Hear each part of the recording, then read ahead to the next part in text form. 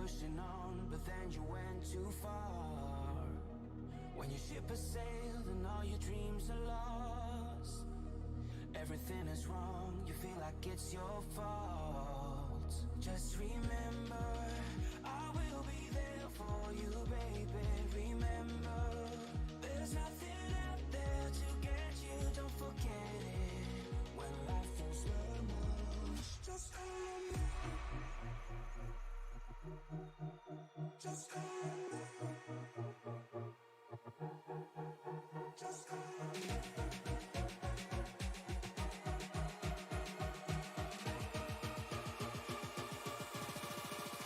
Just call me.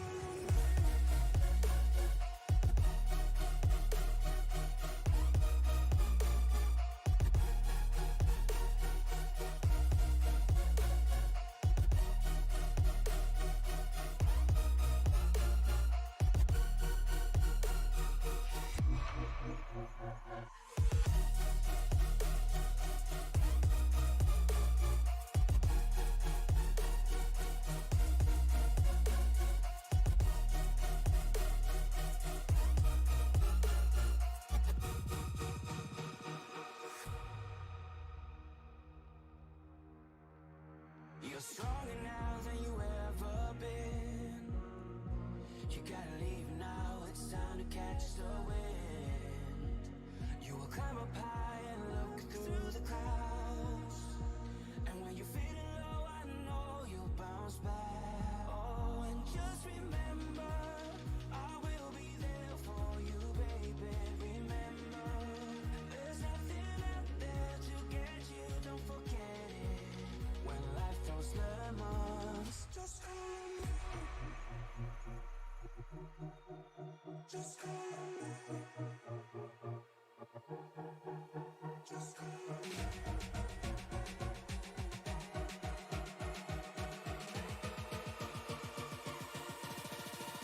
Just call me.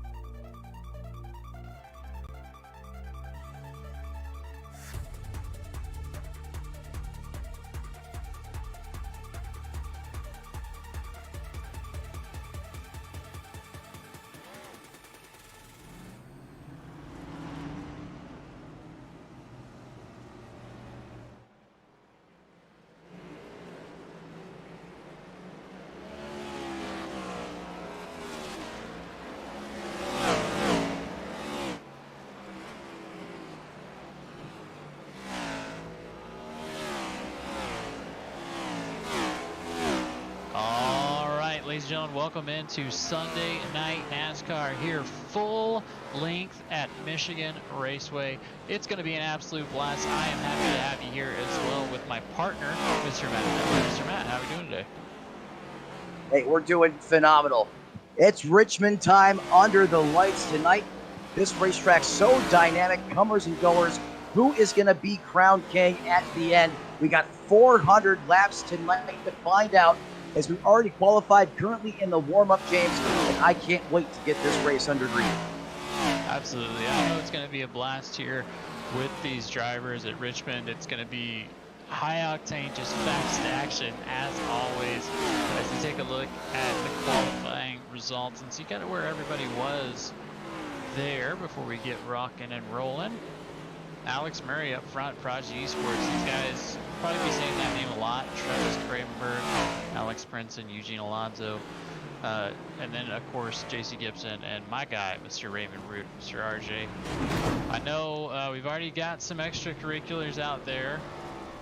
It's gonna be quite the race. What have you been seeing in practice, and then transferring over to qualifying there, Matt? It's been tight. The times on the racetrack have been really close, close quarters racing. And if you slip a little bit, usually there has been carnage and cars scattering amongst the racetrack. So it's going to be a tight race tonight. You're going to have to adapt and overcome. You're going to have really good situational awareness as well as tire management. That's going to be another big factor if you want to be on top when the checkered flag falls. Absolutely. And just talking about that, guys, we got 400 laps coming your way once it gets ready and done with this warm-up. Just going over a little bit of race rules and some other stuff that they're doing there in the background. But I know Richmond, if you've been racing it this week, you know it is absolutely, it's hard to drive. Let's just put it that way. So let's take a look at our race info brought to you by Preen Lawn Care. 83 degrees there with the track temperature right at 99 degrees. I expect that to get a little bit hotter as the race moves on, get that rubber in here, but we are going to be under the lights, so that might counteract it there. Of course, Tony is out, so it's going to be myself and Matt in the booth. But right now, looking at 39-degree humidity, it's cloudy, it's a little bit of wind, so those are all going to be good things for this tires. That's going to be the number one thing here, Matt, is to save those tires and try and make sure you have the push at the end. Yeah, well said. I couldn't agree with you more myself. Also, another way to do that, minimize those wheel inputs on the steering wheel. The more you turn, the more you burn. Be soft on the throttle pedal, easy on the transitions over to the brake, and that should be a good recipe for success here at Richmond. Absolutely. And before we get going here, why don't we talk to our pace winner once I can get up there. I think they're up at the front. Oh no, there he is. Let's talk to our pole sitter, Mr. Alex Murray. Alex, it's James in the booth, man. How's it going? Good, how are you guys? Hey, I'm doing pretty well. So what's it going to take here at Richmond to come away with the win starting in the front? Tire conservation and a little bit of luck. Absolutely. I know you've been having a good season. I mean, it's always a good season for you. What are your keys to the race with the teammates? Are you working with teammates here, or is everybody out for themselves? I think early in the race, you're gonna see a little bit more give and take than you would normally see on an intermediate track. This track, I mean, track position is so important here. If you get stuck behind anybody for a number of laps, you're just kind of stuck there the whole run. So being out front's definitely an advantage to that, and hopefully we can just keep it up here. Absolutely. Well, good luck, Alex. Hopefully you get some racing in tonight. I appreciate it. That was Alex Murray, our pole sitter, as we see our starting grid up there on the left-hand side.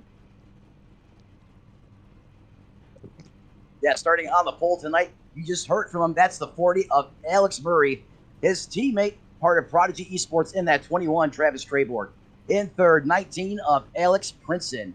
Starting fourth, that's going to be the 86 of Eugene Alonso. Residing in fifth inside the top five, that's the 27 of JC Gibson. Rolling off sixth, the 69-time Raymond Root. Watch for him. He's going to be a strong contender here tonight. Starting in seventh, that's going to be the 71 of Dave Fugue Jr. Rolling off eighth, the 59 of Chad Sanner. In ninth, the 75 machine of Charles Eaton. And starting in 10th, that's going to be the 74 of Brandon Edstrom. Absolutely. Then we have Ryan Samuelson, another fast driver to look out for. Siba Cornez there in row number 6. Row 7 is going to be Zach Osborne and Kavaja Holt. Then we have Chris Claude and Nolan Hodgson, the young gun there in the 8th row on the outside.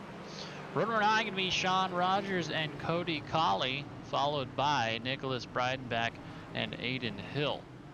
Row 11 going to be RP Allen and Aaron Mack, as well as Randy Spivey and your very own Sunday Night NASCAR driver there in the 23, Dave Regal. Not repping the 23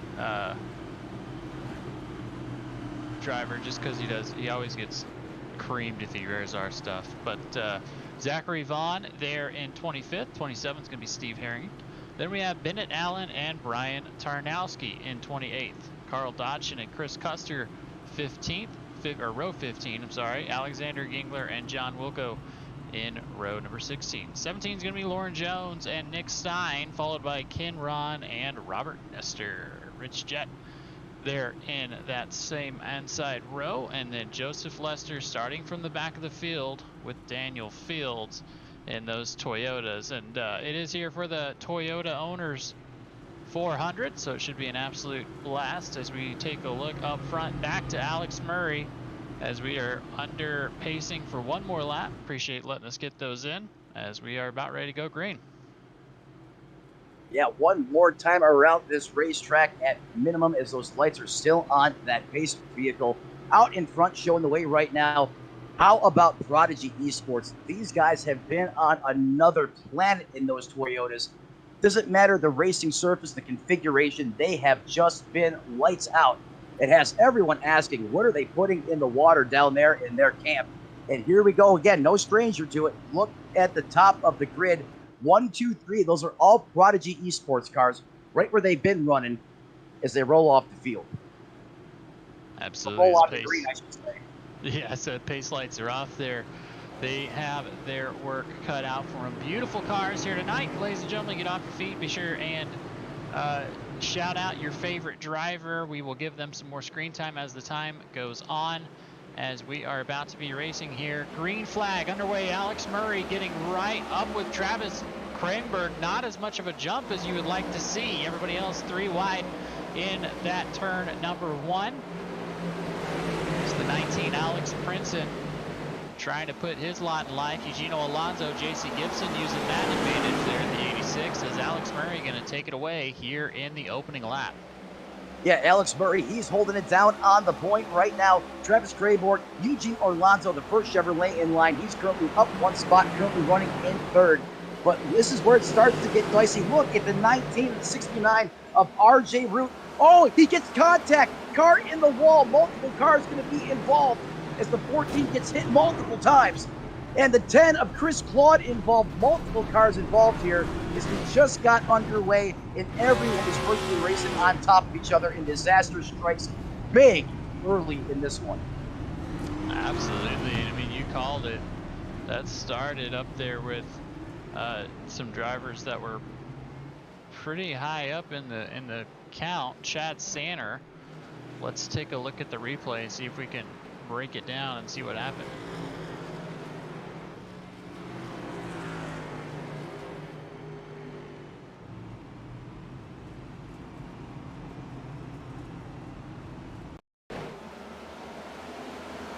Oh, you can see right there, it looks like he just got pinched up there right up against the wall. And once that accordion broke and just popped the cork, it was mayhem. It's multiple cars, nowhere to go. All you can see is tire smoke. You're basically blind, holding on for dear life. And multiple cars involved here early on here at Richmond. Absolutely. Let's take a look at Seba Cornez. I know that he was involved as well.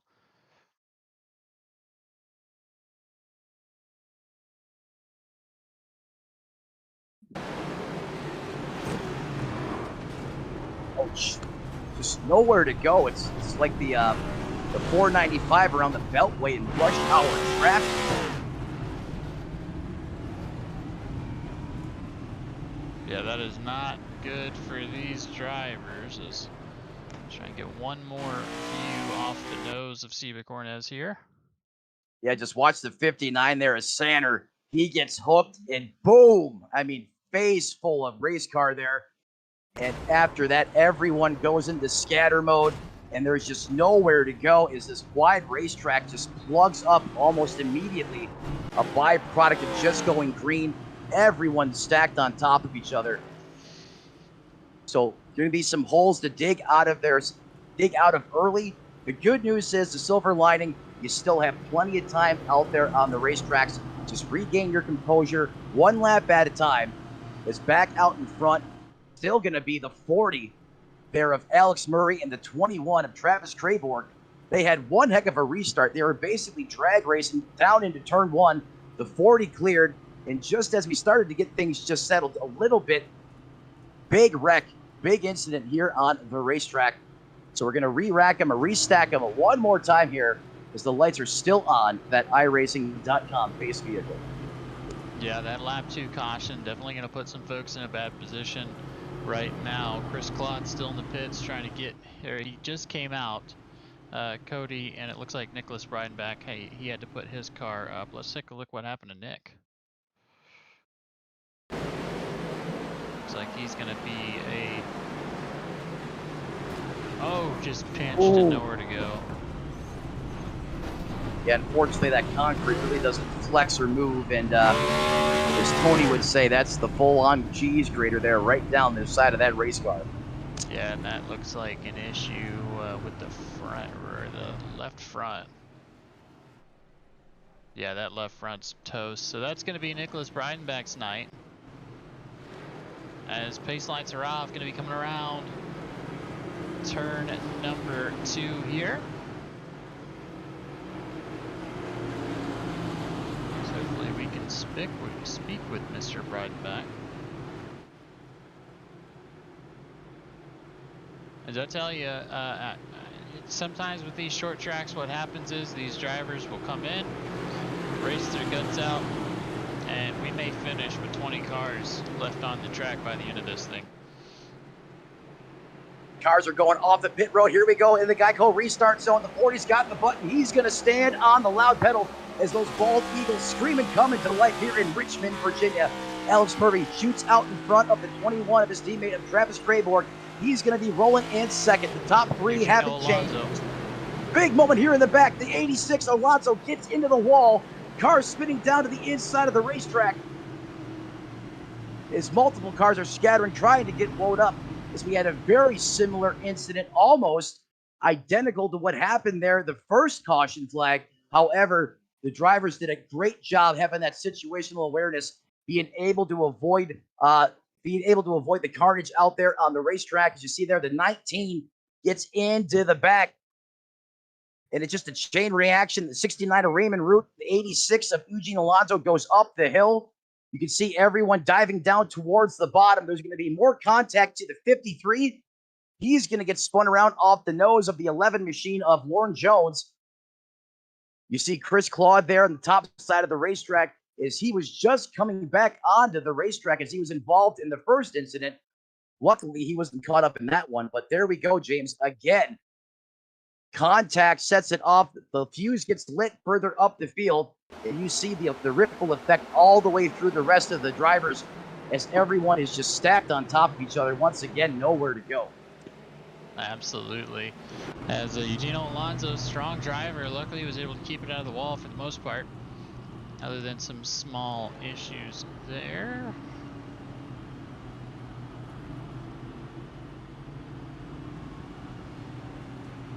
As that Jackdaw Motorsports definitely going to be hurting, and they're already hurting because they're missing one of their drivers this week. Of course, Mr.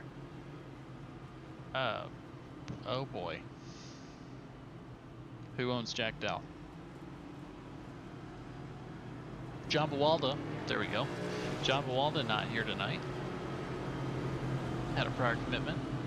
As we see Alex Murray up tail with Travis Grimberg, JC Gibson, and Raymond R.J. Root. Another driver to look through the field, coming up 17 positions so far. Nick Stein in that O2 machine, another prodigy driver. As well that is Joseph Lester, somebody to look for in that Disney Plus machine.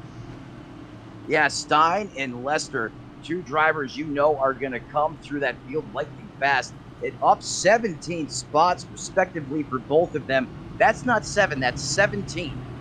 That is some slicing and dicing out there, and that's taking some bold moves, especially with two incidences out there on the racetrack, and that first one resulting in a full-fledged bottleneck out there. But big moves early on from Stein and Lester. They're no strangers to working against each other, racing side by side. So watch that battle there. I guarantee you that'll be a hot spot on the racetrack as they continue to move their way towards the front. Absolutely. Some other drivers just, you know, and that's what we're going to see here at Richmond. Some of these drivers are just going to survive. This is the most Toyotas I can say that I've ever seen in a race right now. Taking a look at the manufacturers. Yeah, the force is strong with the Toyotas, and rightfully so. You'll see exactly why here if you get a couple laps under green. They form like the Great Wall towards the front of the field. It's impossible to get through. It's just that Prodigy Esports up front, the dominance on full display has been week after week. Let's see if one of these blue overs or a Chevrolet can get up there and turn the tides as that 40 continues to carry the torch under pace speed. But the lights are out. That means we're going hot this time by. It's going to be the 40 and the 21 again, duking it out on the restart. RJ Root up 2 positions in that 69 machine. He is in 4th. JC Gipsy continues to run in 3rd in that 27. Absolutely. You guys know my spiel. Go ahead and hit that like button for these drivers here. Alex Murray going to be having to hit his button as he's going to get rocking here. Big jump out of Alex Murray. Oh, that is gripping and ripping from Murray. Did you see the way that car just squatted and shot out of a cannon? But look at the 21 Treyborg, does such a good job of just driving that car through the corner as he's getting right up almost on the back of your leader in that 40 car, Alex Murray. As you can see there, just to the outside of the 21, there's J.C. Gibson also trying to make a bid here as the top 3 right now. Change for position. The 69er Group's going to jump the gap, put him up to P3. RJ Root on the move, now up to 3rd, up 3 spots. That's going to move J.C. Gibson back to 4th. Absolutely. As we see everybody not really, that's why I was following these cars side by side. It's going to get a little bit dicey here, that 19 and the 74. This is your battle for 5th. Yeah, the 19, they're going to line it back out. Yeah, and smartly so lining it back out. You see him there, James, between the 19 there of Alex Princeton and the 74 of Brandon Estrom. It literally got dicey there as they had a moment. They about touched ever so slightly. A little more contact to that. He easily could have went around, especially when that car is loaded up in the corner. But here comes the 74 again, turning the pressure back on. Oh, he slips. Big slip there. What a save. Great catch by the 74. That's going to allow the 71 to pour the pressure on. He's going to back off as they apex the corner. And a little bit farther back, Ryan Samuelson trying to make his way to the front of the field. Up 3 positions, going to get to the inside of David Fuge. That mellow yellow 71 as it looks all the way back. Some of these drivers trying to get past the slower cars, and Eugenio Alonso is one of those who's going to have to, he had fast laps, but he's going to have to work around these guys. Oh, that's not, oh, big time. Did you see that helicopter? The 02 had all 4 tires off the ground. Just as James was saying, you got to take your time. A miscue out there on the racetrack, and the 02 goes for a wild one. Direct head-on contact into that outside retaining wall and goes for a ride. Whiplash City. Caution number 3 out on the day, and another big impact out there on the racetrack. Take a look-see here. We were kind of watching it. The 02 looks like income. Oh, just kind of got on the brakes. Kind of got in the brakes there. Interesting. Looks like he was gonna make that turn, and then once he came through, lost it. Let's take a listen here. Yeah, starts pushing. He starts pushing, and then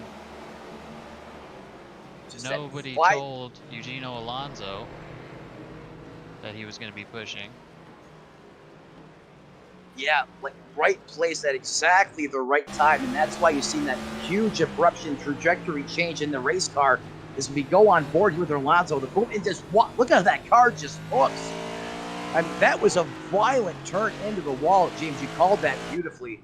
You changed the timing on that just a little bit. It could have been a big different story out there on the racetrack, but Boom goes the dynamite once again, and the 2 literally gets shot out of a rocket launcher into the wall.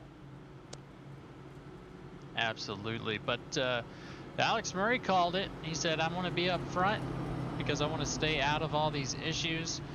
I don't want to have to deal with all this. Let's take a... There was also some after... There was some after fun. Take a look at... See where did this contact happen. We did have a crash. Well, there's the main event right there. Now we're looking for the after party. Oh! There was a second event. Glad we saw that. That's going to put Lester up into the wall. What was that? It was the 44. Yeah, the 44 there, the 84 Lester gets into the wall. And I want to say there was more than that. Let's take a look at Sean Rogers.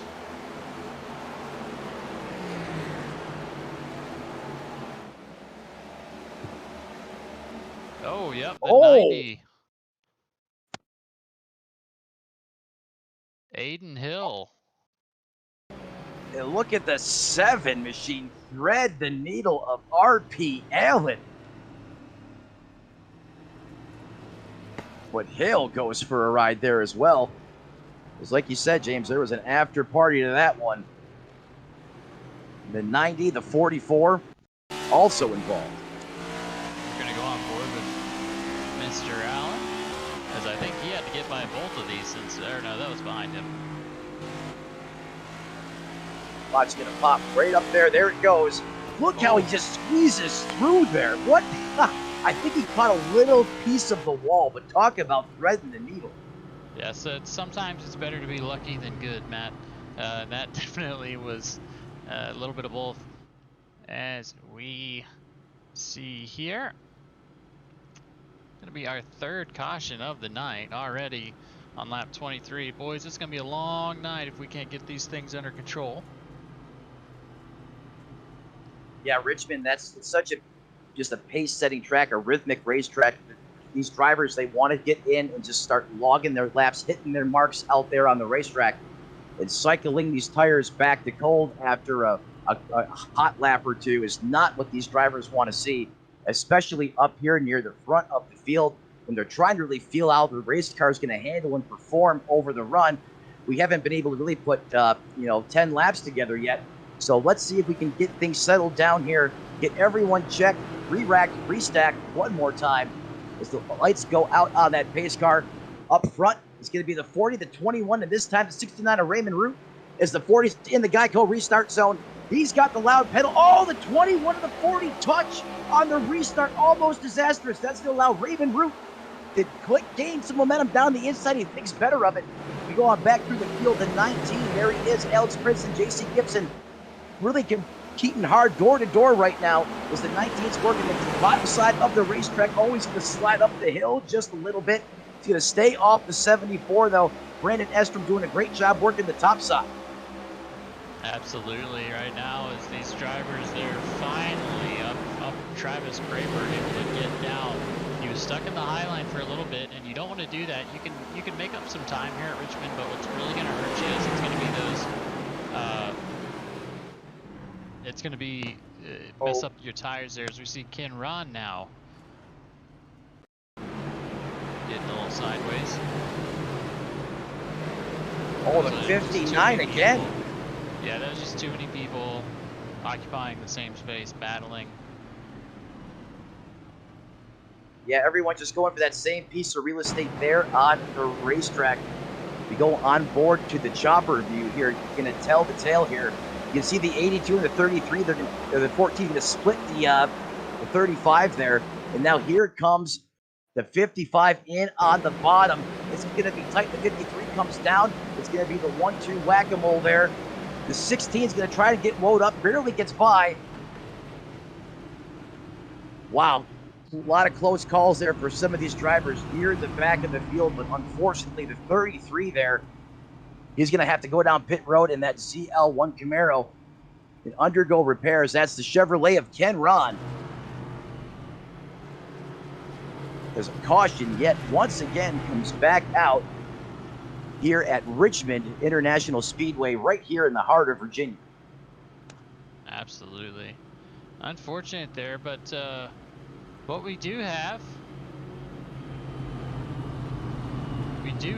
Mr. Brian Tarnowski with us in the booth. Brian, how are we doing, man? Okay, I guess, with just driving around here at 50 miles an hour. Yeah, I feel like that's going to be kind of the norm here for the next 100 laps or so before everybody figures it out. So, Brian, what was going on? What are you seeing from the back of the field? Just a lot of being on your brakes, or what are we looking for? I've seen a lot of aggressiveness that maybe shouldn't be there. On that restart, I think I saw 3 or 4 wide ahead of me, so I just backed out of that. So, I think people just need to calm down, have a little fun. Absolutely, that's what we're here for, and hard here at Richmond. So, Brian, tell me what we're racing for today. We're running for Trish's Hope here. They help people with cancer, and also I'm putting together for my wife passed away from cancer, so I'm doing Stacy Strong for her. So I'm trying to get working on getting a promotion ready for her as well. So absolutely. Well, good luck, Brian. I know you're hanging out back there, and hopefully you can stay out of trouble.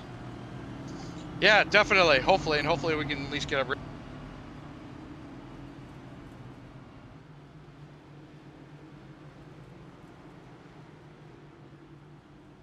I cut you off there, Brian. I apologize. Oh no, you're fine, man. Send you back to RPG Racing, MPG. Yeah, there you go. Coming into the booth real time, getting the perspective on the racetrack. That is going to be the 28 machine, currently mired in the back, but got plenty of time to come back. That is a Chevrolet of Brian Tarnowski, piloting that 28, currently in 37th position. As we go back up to the front, those lights are still on top of the pace car, which means this field is not set to go back yet to green flag conditions. No change up at the front except for that 69 machine of R.J. Root, continuing to move his way forward all the way up to second position now, up 4 spots.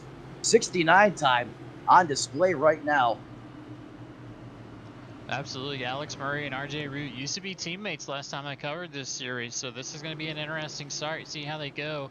The leader is going to get a car length or 2 every single time, so really you're just trying to beat that second car there on the inside line so you can pop down, utilize the whole racetrack. So that's what RJ's got to be thinking, because you're not going to beat him. You're not going to beat Alex Murray because it's his show in front there. So let's take a look as we get started.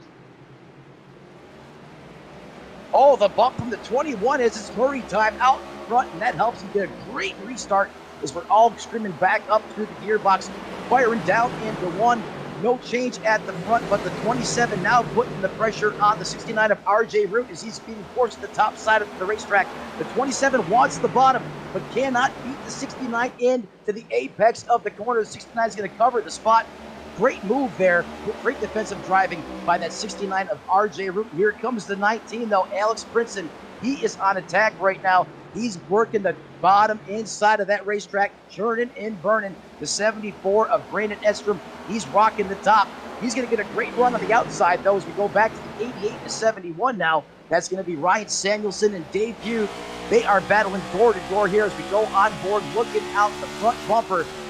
Noah Hodgson here providing the shots. Oh, big wreck here. Oh, my goodness.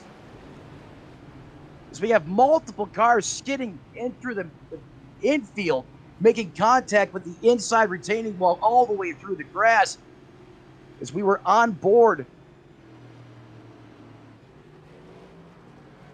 And try to piece together here what happened. Taking a look there at the tasty cakes of Mr. Rogers, a.k.a. SRM's own Dave Regal.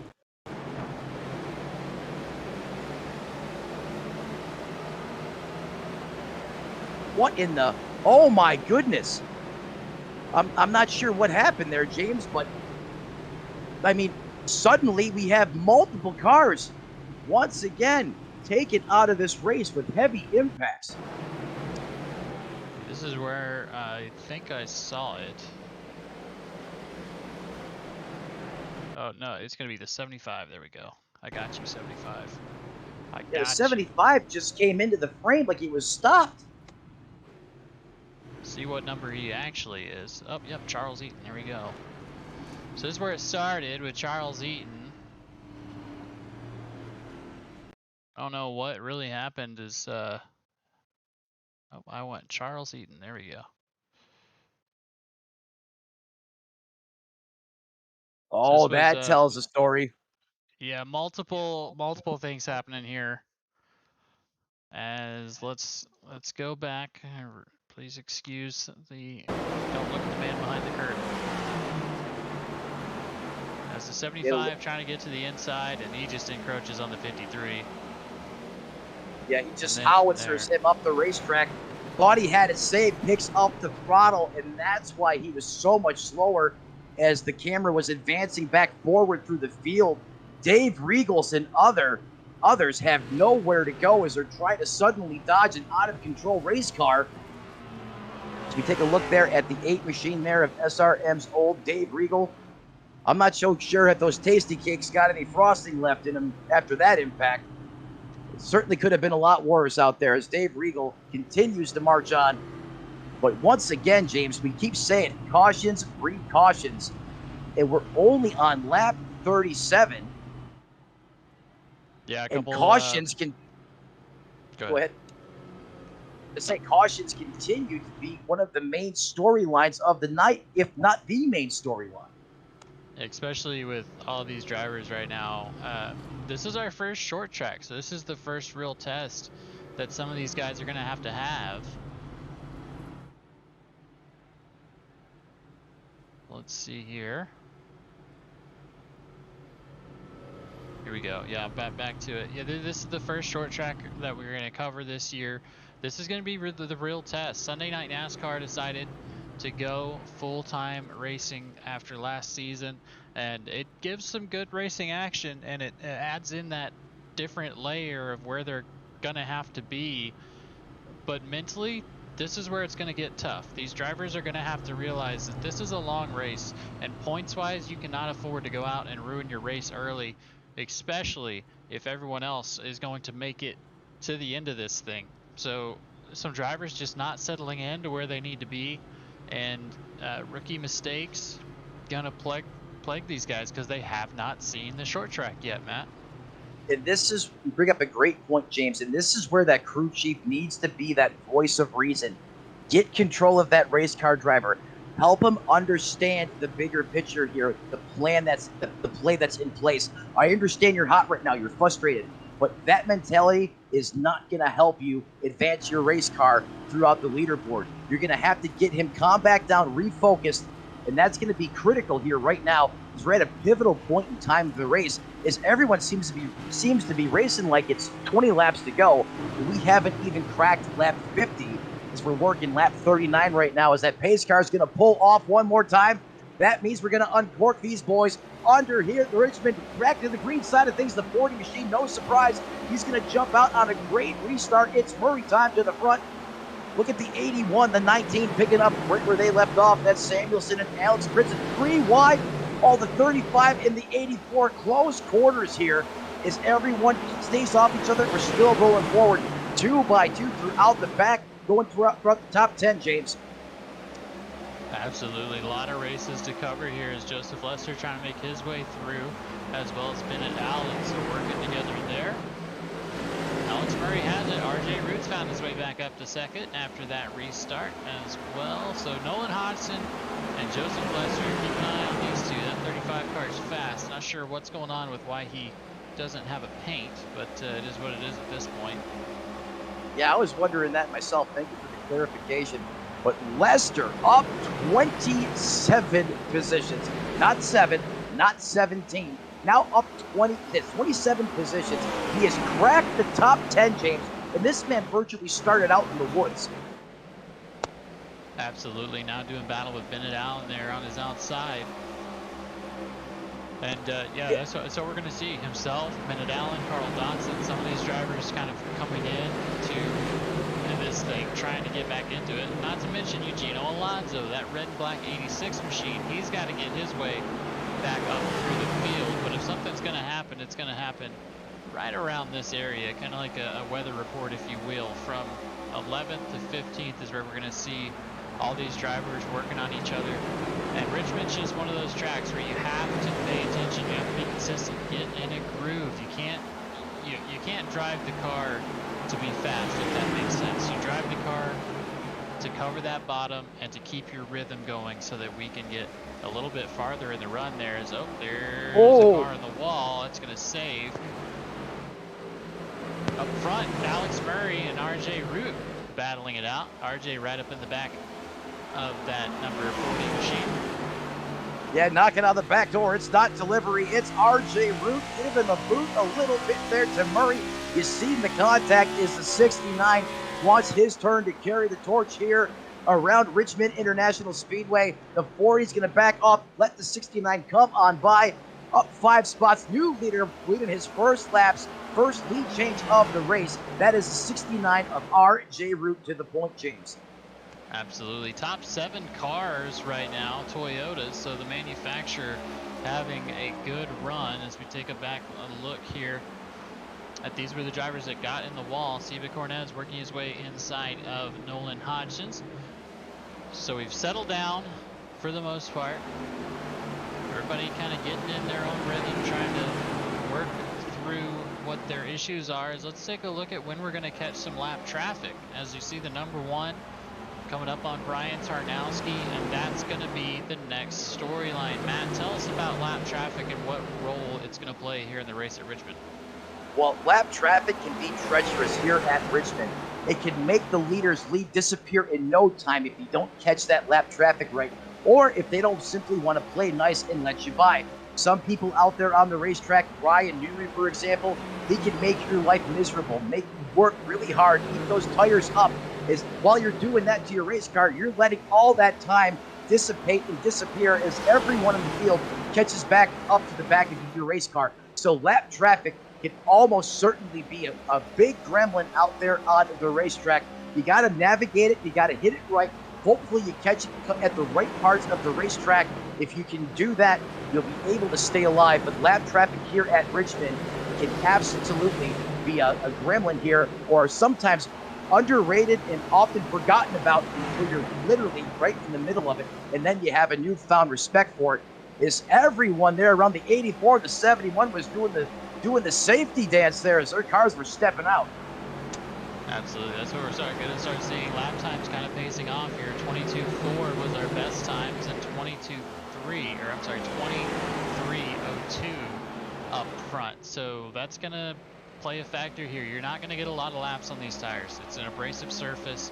It's not as much banking as some of these drivers would like to help ease that. And you got to get a good drive off, so that right rear is going to be hurt. As we see most of these drivers, this is when they're going to start getting that shaky rear in there to try and keep that thing with the power down. And I just don't know if from probably 15th on back how those drivers are going to handle it, especially with lap traffic coming in. As we see here, the battle for 14th, Bennett Allen and Sean Rogers coming in turn number 2.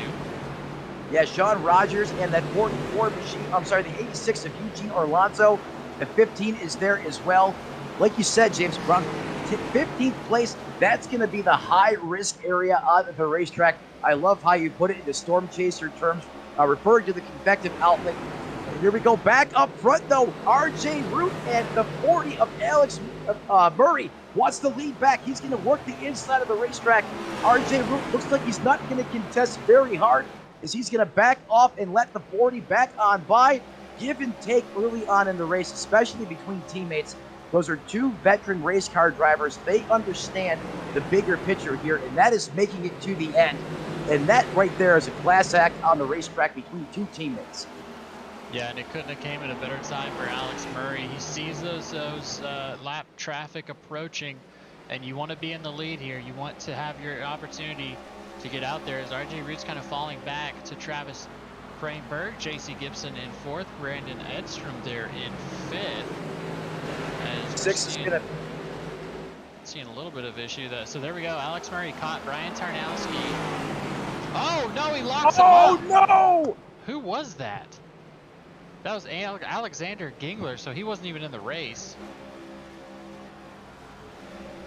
Where is Brian Tarnowski after all that? What? There's the 28. Yeah, it looked like Tarnowski there, or I'm sorry, not Tarnowski, but somebody shattered their tires and locked them all up and went up the hill right into Tarnowski. As we stay green on the racetrack, though, as we see, we got a replay here queued up. See the 82, just drives it way into the corner too deep, blocks the tires up, and the 28 is on the wrong side of the receiving team as he just gets punted there by a full send dive bomb. It looked like into the corner there and just locked those tires up. And once they start skidding, you're hanging on for the ride as you're on that front payload. Yeah, not even a battle for position there. It looks like RJ Root uses up some of his stuff. Going to be coming into third. And if you follow Sunday Night NASCAR, you know who builds the set for some of these fastest guys, and that's why that gentleman is 1.4 seconds ahead. That's Alex Murray right now coming into that setup. As we're gonna go ahead and run through the field here real quick. Of course, if you are over there on YouTube watching, we appreciate the heck out of you. Be sure to hit that like button as we give a quick shout out to some of these sponsors as well on these cars, as well as some of the sponsors here for Sunday Night NASCAR. Preen Lawn Care, one of them. Let's get this logo up. There we go. Of course, that's messed up. But Preen Lawn Care, as well as Jack Dow Motorsports, and some others that we will get to you guys. Butt Kicker, as always, love what Butt Kicker does for the sport. As RJ Root there in fourth, Brandon Edstrom in fifth, Alex Brinson trying to figure out that car, Carl Dodson in seventh. Eight's going to be Ryan Samuelson, Steve Cornez there in ninth. And it looks like Joseph Lester has found his competition, Nolan Hodgson in 11th. Oh, that got close. This is going to be a battle. We're going to stick here for a little bit and watch these drivers. Lester throws a massive block. Wow. Drove it all the way down to the flats to keep the 35 of Hodgson behind him. Now Hodgson's going to... He said do something about it. And Hodgson lays off there as this battle still ongoing. Does he go? Oh, yep, that's going to do it. Get him loose. Oh, as he 35 gives a little bit of the dirty bird back to Joseph Lester. He got squirrely, had to chase it all the way up the racetrack. I thought he was going to get into the wall, but the 84 saves it. Now does he return the favor? Does he repay the business? Not this corner as he's too far back. But you were right, James. You called it. This is the hot spot on the racetrack right now. It is the 35 of Nolan Hodgson and the 84 of Lester. Oh, the 84 slips. That's going to allow Eugene Alonso in the 86 to pull alongside the 84. Can he carry the momentum all the way through the corner? He does. And check the box. The 86 on the move. Still continuing to rebound from being involved in that very first incident of the day. Let's take a look at that with Nolan Hodgson able to get by. You can see here the block, and then that's where he said, you know what, no thank you, and gets going. And then after, in the next corner, that's when the 84 tried to get him back. Not as a, not retribution or anything like that, just trying to get the spot back. And ended up misjudging it, going a little bit high. That let Eugenio Alonso come in there, and while they're battling, Nolan Hodgson is going to take the bag and run up to 10th to secure a top 10 spot, as I believe we do have stages. Yes or no? Do you know, Matt? You kind of broke up there, James. One more time, please. We do or do not have stages here? I believe we're not running any stages here tonight. Okay, so no stages. As lap 68, longest green flag run we had. We're going to go ahead and run into a side-by-side as the leaders catching lap traffic there. Travis Crumberg trying to get by with JC Gibson. Of course, Alex Murray, a league of his own. He's 2.5 seconds ahead. We'll be right back.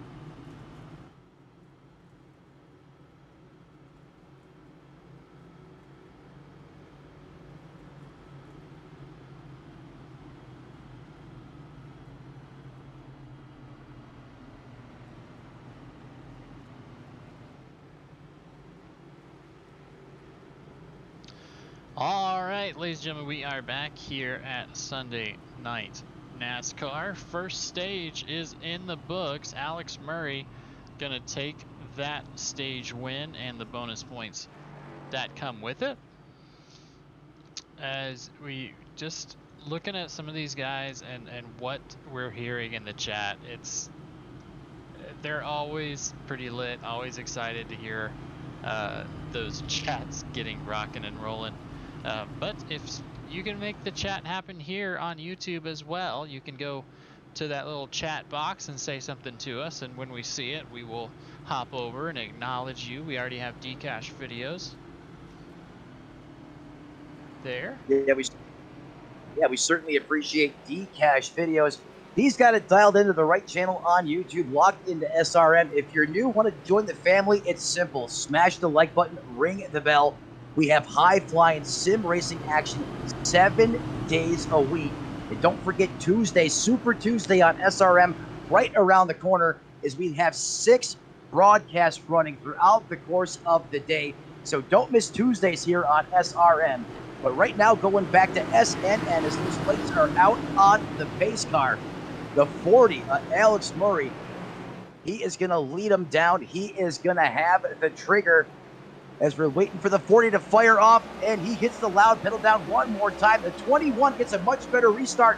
The 40 barely able to clear going down to the corner, but look at the run by the 27 of JC Gibson. The power move rocking the bottom of the racetrack. He got that Camry to stick. Is he now is going to put RJ Root back a position, move him back now to 4th position. Is the 27 looking for more, going to the top side of the racetrack, but the 21's going to come up to cover the spot. Absolutely. Travis Kranberg and Alex Murray are teammates. You got to think that they're talking in the same Discord about when he's going to fire, because that was straight up ready to go. That didn't out the window saying, "Follow me." Is Jason Gibson going to work to the inside of the 21? Back RJ Root going to get caught by the 74, as we might be going 3 wide here for the pass. Oh, we are going 3 wide. We are deep into 3 wide. Going down to the corner, the 53, Carl Dodson. Dialing up a Hail Mary. He's going to send it through the corner there. Everyone skates by that time. But that was a bold move by Dodson. Now Dodson puts a bead on the back of the 69 of Root, who just seems like he just can't get going how he wants. Getting back up to speed here as we're back under green flag conditions. The man on the move, though, that 27, JC Gibson, going back through the field. How about Lester in that 84 machine? He continues to move up through the field, now inside the top 10. James, I have to blink my eyes. Am I seeing that correctly? He's almost picked up 30 spots, up 29. Yeah, Joseph Lester started dead last after a little bit of issue qualifying, so to come in here and come in on that 19, this kid can make it to the top. We talked about Joseph Lester a bunch. I know there's some fans in the stands here for the teenager. He's grown up in this league, and I can tell by the racing here, he's grown up a lot and matured a little bit. So keep an eye on that 84. Same thing with Nolan Hodgson.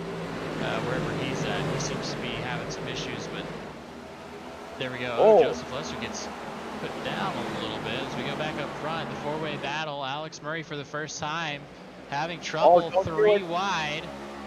Oh, the 53 continues to get skinny out there on the racetrack and loves just forcing it 3 wide, it seems, over the past couple of laps as he makes it worse again.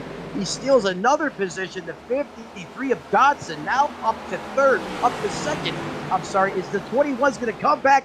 Crayborg on the inside of the racetrack. He wants the spot back, but look at the run that 53 gets on the top side of the racetrack. That 53 is coming. Is now JC Gibson, and that 27 machine is now your leader of the race. Carl Dodson is 2nd. Travis Crayborg back to 3rd. Alex Murray 4th, and Raymond Root 5th. Yeah, you talk about, is Joseph Lester almost at the 30 mark? Well, we missed it, but Carl Dodson just went up 30 positions. He started 32nd, so able to get through those issues and come back here as a drop-up. Steve Cortez to the inside of that 84.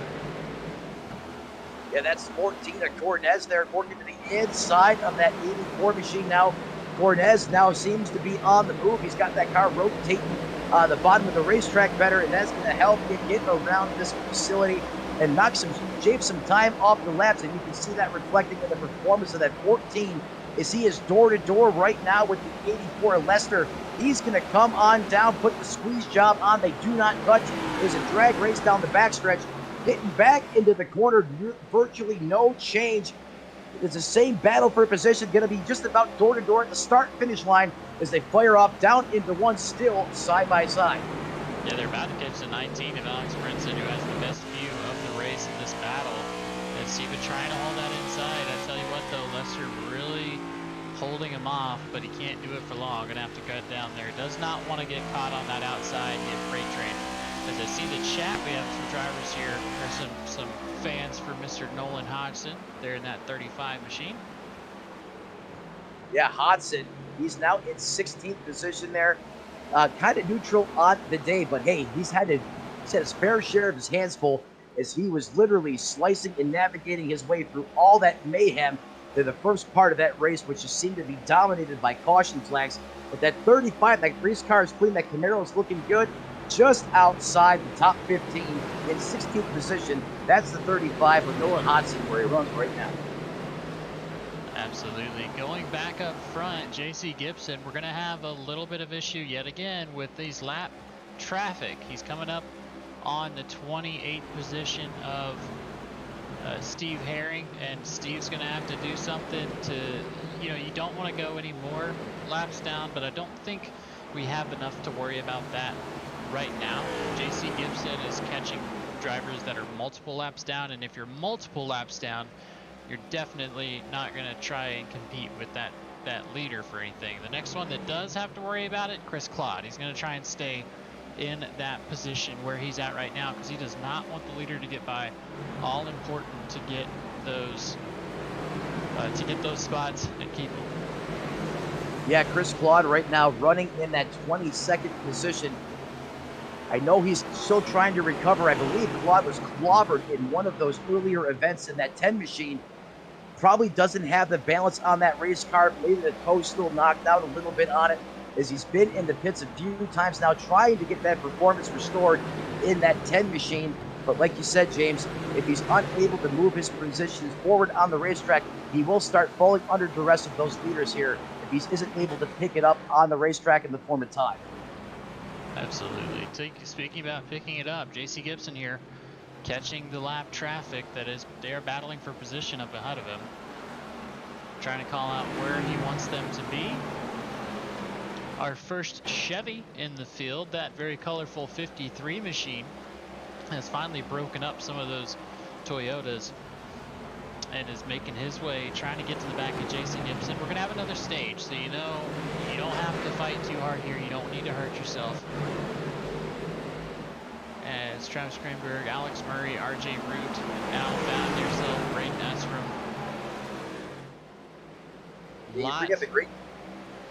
a lot of prodigy and then a lot of field filler you're going to see in this top 10 right now. Yeah, Carl Dodson may be the savior of the other manufacturers between the Chevrolet and the Fords to come up there and give this Toyota bunch, Prodigy Esports, a run for their money. Is the 53 up 30 positions from where he started, solidly inside the top 3, and he's looking for more.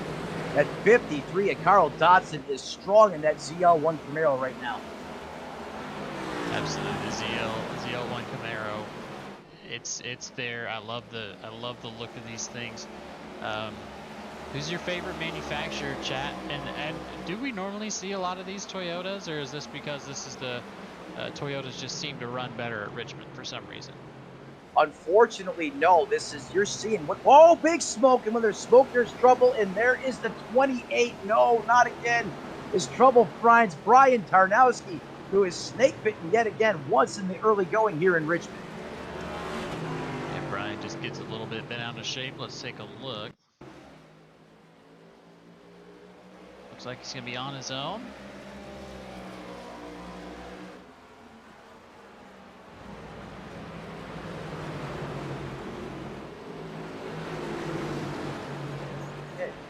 Oh no, the 18 gets in the wall.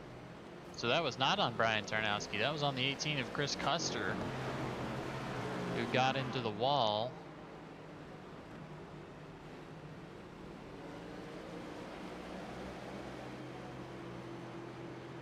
How many times have we seen that tonight where just, you're out there just running your line and something pops off in front of you in an instant, you're literally in the back of someone's race car in the blink of an eye. And we've seen that a few times here tonight. And that's just one of the byproducts of Richmond. Before that caution flag came out, James, you were asking me about those Toyotas. Prodigy Esports has been putting on one of the most dominant team runs that I can recall I've ever seen in eSIM in real life NASCAR history. These guys have just been untouchable. I don't care if it's the super speedways, the cookie cutters, the road courses. These guys have a formula, and they're not going to tell us what it is. They say the right things. They say it's all about teamwork and the time they put in, and I'm sure that's part of it too. But these Toyotas have found something, and they have just been unbeatable at times, as they basically won virtually every single week. Those cars have been 4 and 5 deep at the front. Ford has really been struggling, as back at the Circuit of the Americas, I mean, I don't believe we had one Ford inside the top 15. Those Toyotas have been the story of the league in the early going this far. However, if that 53 machine of Hodson can keep on doing what he is doing, that would be a nice change of pace, as that Chevrolet seems like he may have part of the sauce to run up there with the 21 and the 40 and others. Yeah, absolutely. And speaking of some of these drivers and the past, Nick Stein was the race winner last week at COTA, and unfortunately got involved in that lap 17 incident.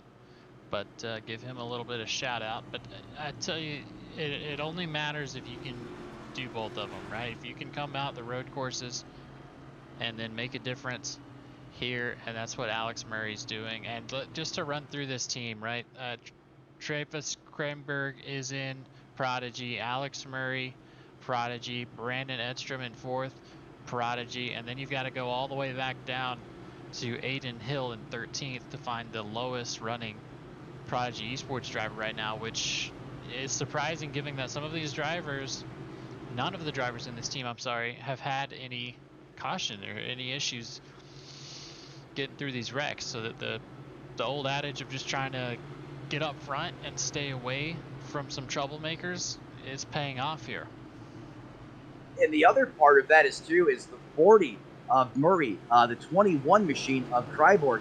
He has been in trouble. He's had complications. He's faced adversities on the racetracks, but they have been able to adapt and overcome, make up the deficit, come back through the field, as we're about to go back hot here in heavy on the racetrack. You see the 40 machine, the 21, scrubbing those tires off, making sure all that rubber is nice and off the contact base surface of those Goodyear Eagles. So when they put the power down, they grip and rip. The pace car is going to pull off one more time. That's going to give the Kryborg, the 21. He's going to hit the button. He's going to spin him. Oh, big time in the back. Someone lit off a fireball, did not go, and it looks like the 69 of, oh my goodness, RJ. The 69 is around. I can't believe what I'm seeing right now. Trouble on the racetrack as we go back to the replay and see what happened here. We see the 29 bobble a little bit. Oh, the 69 spins simultaneously with the 21. He's going to turn and burn up the hill. The 19's going to catch into him. He's going to hit the 86, put him into the wall. And look at everyone slicing and dicing, trying to mix that 69 as he is literally parked in the middle of the racetrack as we go back to the green. As we go back green, coming out of that caution sequence, that could have been a lot worse for the 69 at RJ Root. Absolutely, you'll hear it here.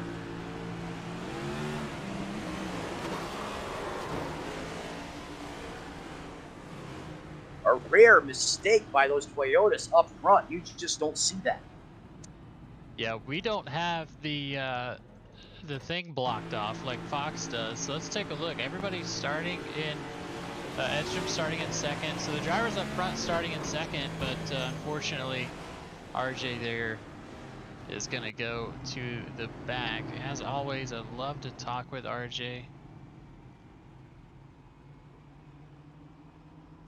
I don't know if he wants to talk to me right now, but we're going to give it a shot. RJ Root, where are you? Field filler. There he goes.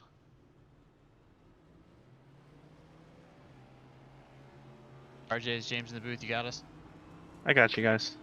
Well, redeem yourself. Tell us what happened there. Well, all week I've been restarting in second.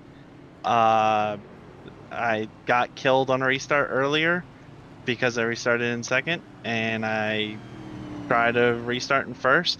Tested it on the backstretch, and it felt fine. But having wheel in it and restarting in first gear, it kind of lost it. Well, I know it looked like there was no contact there. How's the car feeling after that little bit of contact you had? I didn't have any damage even from hitting the wall earlier, so just gotta be smart, get back through the field. Know we had a really fast car. On the bright side, it let me look at my tires, to see what my tires were at, so I didn't change them, and I'm pretty happy with how the tire wear is looking. Just gotta be smarter than that. Well, RJ, I know you can battle back from adversity better than anyone else, and good news, you got the magic secret sauce and no damage there, but as we're coming to it, good luck, and hopefully we'll talk to you at the end of the race. Thank you. Yeah, I have a pretty good record of spinning and winning, so looking like we might have a real chance to win it if we can just get through the field. Absolutely. You took the words from my mouth. Yeah. Good luck, RJ. Thank you, guys.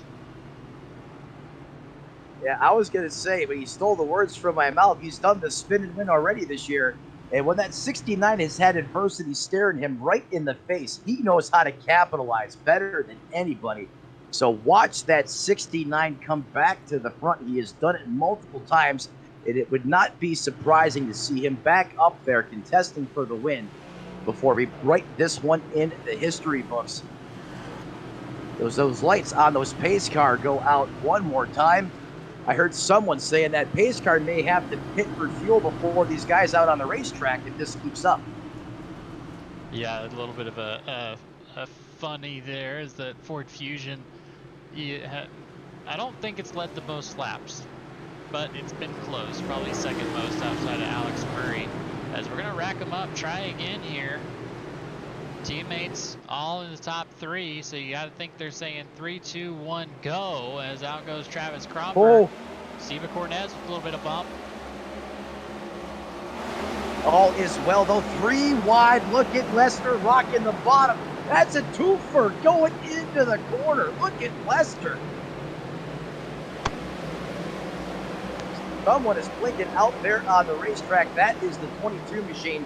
You want to give drivers a heart attack around you. Don't go back to the holiday blinking lights out there on the racetrack. Oh, 3 wide.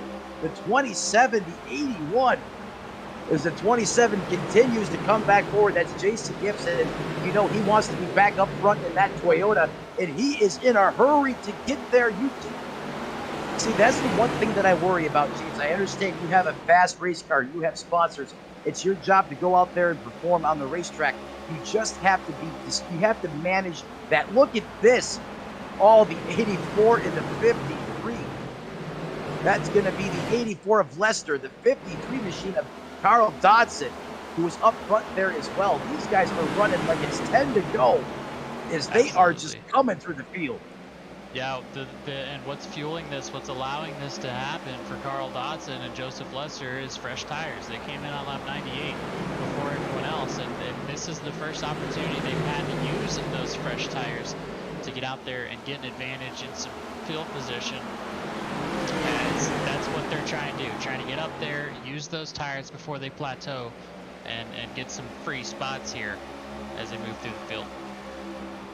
And speaking of moving through the field, that 53 continues to have the afterburner engaged as the 84 and the 53 look to be working together, moving their way through the field, just rocking the bottom of the racetrack. Oh my God. That was close, as I thought that was going to be an 84-19 sandwich. Oh, the 53 comes up and gives the bump to the 19 of Princeton.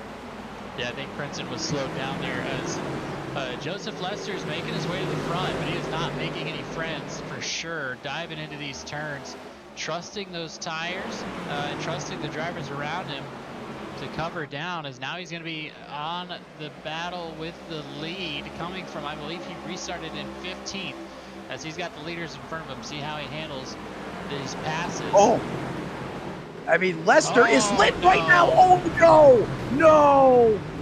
That was what I was worried about, is Lester just, oh, it's heartbreaking, because you watch that man drive through there on the racetrack. Yeah, that's great that you have the skill in the car to do that, but you're not making any friends. And there were so many close calls there, and you can almost feel it coming. And then you do it at the front of the field, and the hook and roll of the Toyotas. Heavy contact. You go on board with Lester. Watch this point.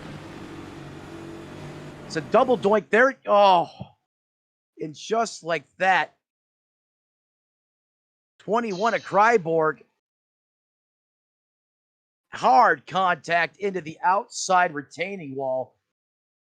His strong runners here now have serious damage off the nose of that 84 machine. Is 74 there. Once again, gets hit once by Lester, getting into the corner, make contact again. He's going to get shot up the track, going to collect the 21 of Kryborg, and they spin simultaneously as they hit. Oh, and Brinson gets a big piece of it as he has nowhere to go. And then he's going to come on down and catch a piece there of the 35 machine as well, James. Yes, that's just unfortunate. Unfortunately, one of the things that these drivers have to worry about, the fast. Joseph Lester was fast here, but they went underneath the yellow, and then that's a hard hit from those drivers. See the 19 involved. That's going to take out a lot of front runners. There's some drivers that had a chance here. Ryan Samuelson, I see that 81 peeking back there. You almost got to think there's going to be some sort of a penalty levy here, perhaps, James. And that's unfortunate, because you don't want to take away from the talent that is clearly on display, but you have to manage it better than that. We saw this coming, and we were hoping that, he was at the front of the field. Okay, this is going to stop. And unfortunately, the fuse got lit at the wrong time, and various strong cars, front runners, now have bent up race cars and potentially out of competition.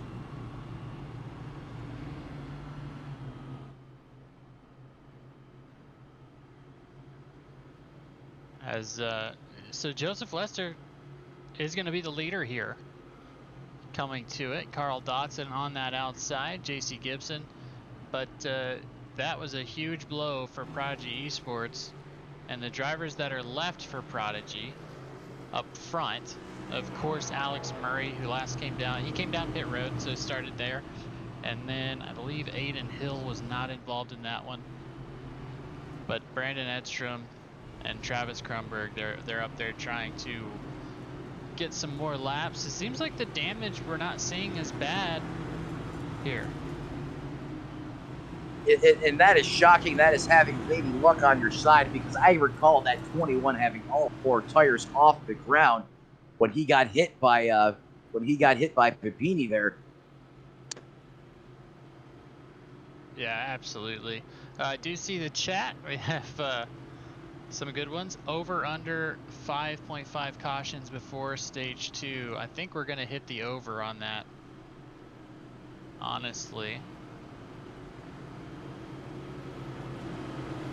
I mean, now you have the two most aggressive cars on that stint up at the front of the field, in the 84 of Lester and then the 53 of Dodson. Now suddenly you have two Camaros at the front, and I understand you want to be Prodigy, but that is not the way to do it out there on the racetrack. Certainly the drivers probably feel, obviously the 84 did not want that to happen. Probably sick to his stomach inside that race car. So he's going to have to get refocused here as that pace car pulls back off. The green flag back in the air. The 84 is going to carry the torch, and the 53 does not get it that good of a restart. That's going on the 27 at J.C. Gibson to come working in the bottom, creeping into the picture. The 53 still working the top side of the racetrack. The 27 did get a strong run off, and once again, side-by-side drag race going down into 3. We go further back on through the field. Look at this tight formation here. You got the 10 of Chris Claude trying to continue to rebound, working the top side. Oh, the 8 of Dave Regal. He is all over the Hornets' Nest. We're around again. Nolan Hodgson, if it wasn't for bad luck, he would have no luck. As let's take a look. What happened with the 35 here? This was about where we were seeing this action. Oh, gets loose all on his own. And then catches the 21 and a 30. Sometimes it's just not your night. It's just not your day. And that, unfortunately, is what's happening right now to that 35 machine. Is he's either in it, getting caught up in it, or just having a freak mistake out there on the racetrack. And like you said, James, lost it all on his own. Absolutely. I think he said he had an equipment malfunction. That wheel bent a little bit. So if that wheel's not in exactly the right spot after some contact, you got to find the new zone, the new tape, if you will. But tell you what here, Alex Murray, the script has flipped. Joseph Lester had the fresher tires, Carl Dotson, JC Gibson, all those guys on 98. But the way this thing works, now Alex Murray, Dave Fuge, Seba Cornez, and the like all came down pit road on lap 115, as we are on lap 125 of 400. Well, we're almost a third of the way through this thing there, Matt. Almost. And hey, you know what? Love being up here Sunday night in prime time. A little bit of an endurance match up here, keeping up with high-flying octane out there on the racetrack. But hey, it's Richmond. It's go big or go home, and we're seeing those drivers reflect that as the driving, the aggression, the intensity has just been through the ceiling from the drop of the green flag. Now let's see if we can get things settled back down again. Can we start to log some laps? That's very important here, as again, we're still early on into this one. We don't have consecutive, 20, 30 lap runs. I think maybe one if we're lucky at this point of the race.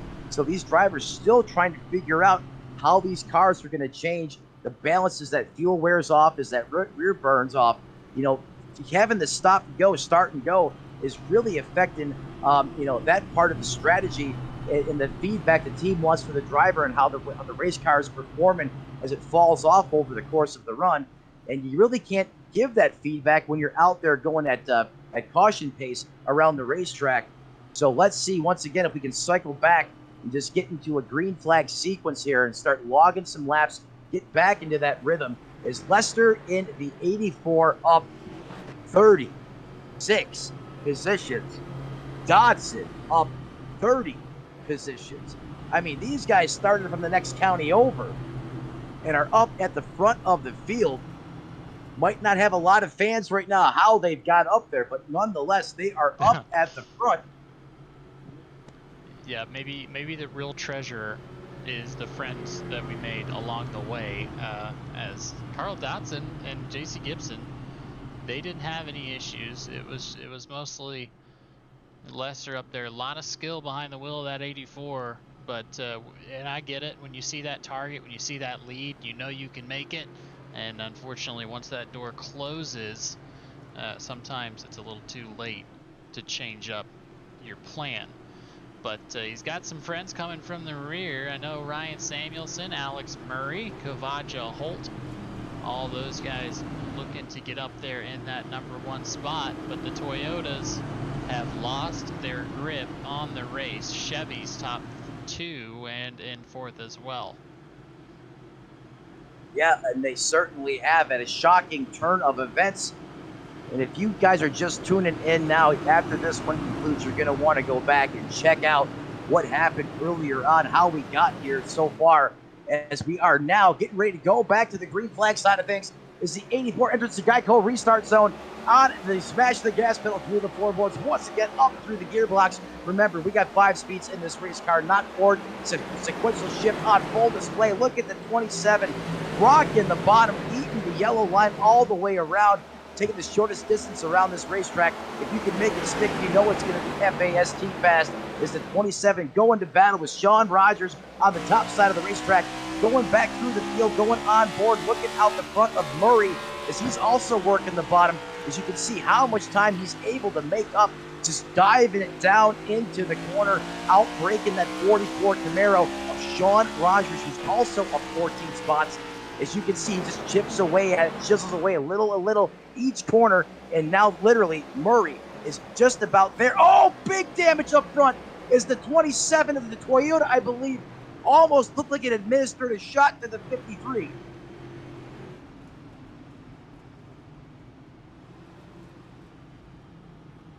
Take a look. That is caution number 11. I can't believe what I'm seeing right now, James.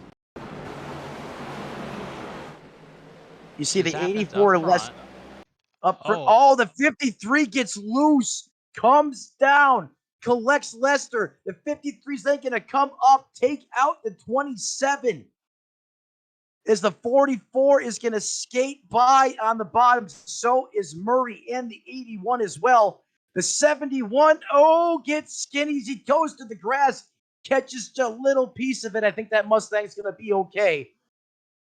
But I don't believe what I'm seeing is the 53 somehow phantomly broke traction on the top of the racetrack, comes down and just, oh my goodness.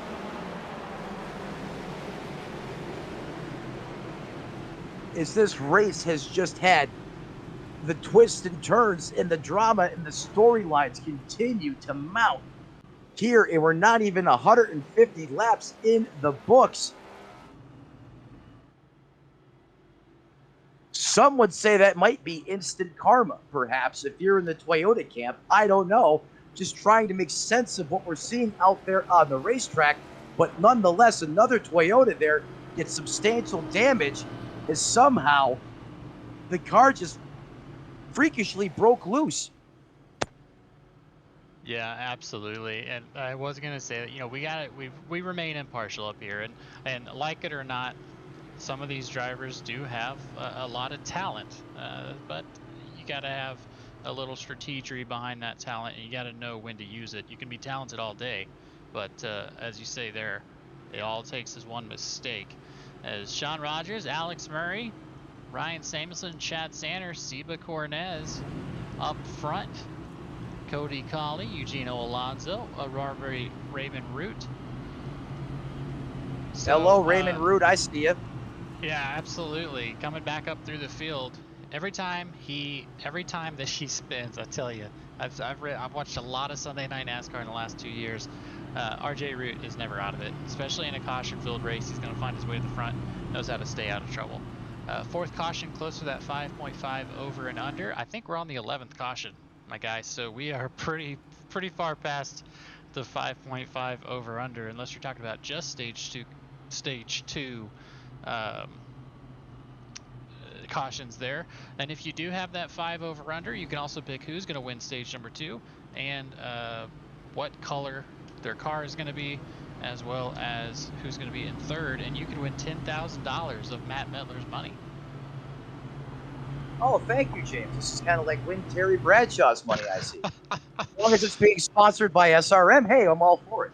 Oh no, we can't. It's your money. We gotta figure it out. We'll work it out. We'll work it out. We gotta find something to talk about here on the 11th caution. Appreciate the chat. Hey guys, keep it going. I'm reading it and keeping an eye on you guys. And make sure you're staying out of trouble, not being too rowdy. So I appreciate you stepping in. Be sure and hit that like button. And when you hit that like button, you're not doing it for myself or Mr. Matt Metler. You're doing it for these drivers to get these sponsors out in front of some more people, because that tells the YouTube algorithm that people are liking what they're seeing enough to press an extra button and put forth the effort to comment. So we appreciate appreciate all of you in that comment section. Tell me who you think is going to win, chat, and we will go from there and see when we're going to hit that stage 2 caution and get there for that. It's almost starting to get like a dark horse vibe, if you go the way things are going. Still plenty of time. That pace car pulls off one more time. We're re-racked and restacked. We're just waiting for that 44 to hit the Geico restart zone. He hits the loud pedal, the 44 up through the gearbox, as all the cars got those bald eagles screaming back to life here in Richmond. All is well at the front. The 40 and Murray, the 81 rocking the bottom. That is Samuelson. He is up 7 spots. That's the furthest he's been up front, I believe, this evening. Look who that is, though, coming back into the picture. It's 59. Chad Sander in the Camaro. He is now up to 3rd place, up 5 spots. But look who is back, not getting on the back door of the 44. Make no mistake, it is Murray time, as he wants that lead back, as he wants to put Toyota back to the point. Absolutely. Alex on fresher tires, about 10 green flag laps. Going to see if that's going to matter here. Ryan Samuelson, another one on that pit strategy. Last came in lap 98. Of course, we haven't had much go on since then, but I do see some battling in the back. Holy, this is the battle for last place on the lead lap. Dave Regal in the 8 machine. In a little bit of racing in down here. Let's take a look at some of these cars. Usually don't talk about. And 71 there, Dave Few Jr. He's fallen back a little bit. He's had his hands full throughout the start of this one. Down 9 spots from where he started. Currently just outside the top 15 in that 16th position. That's the 71 there.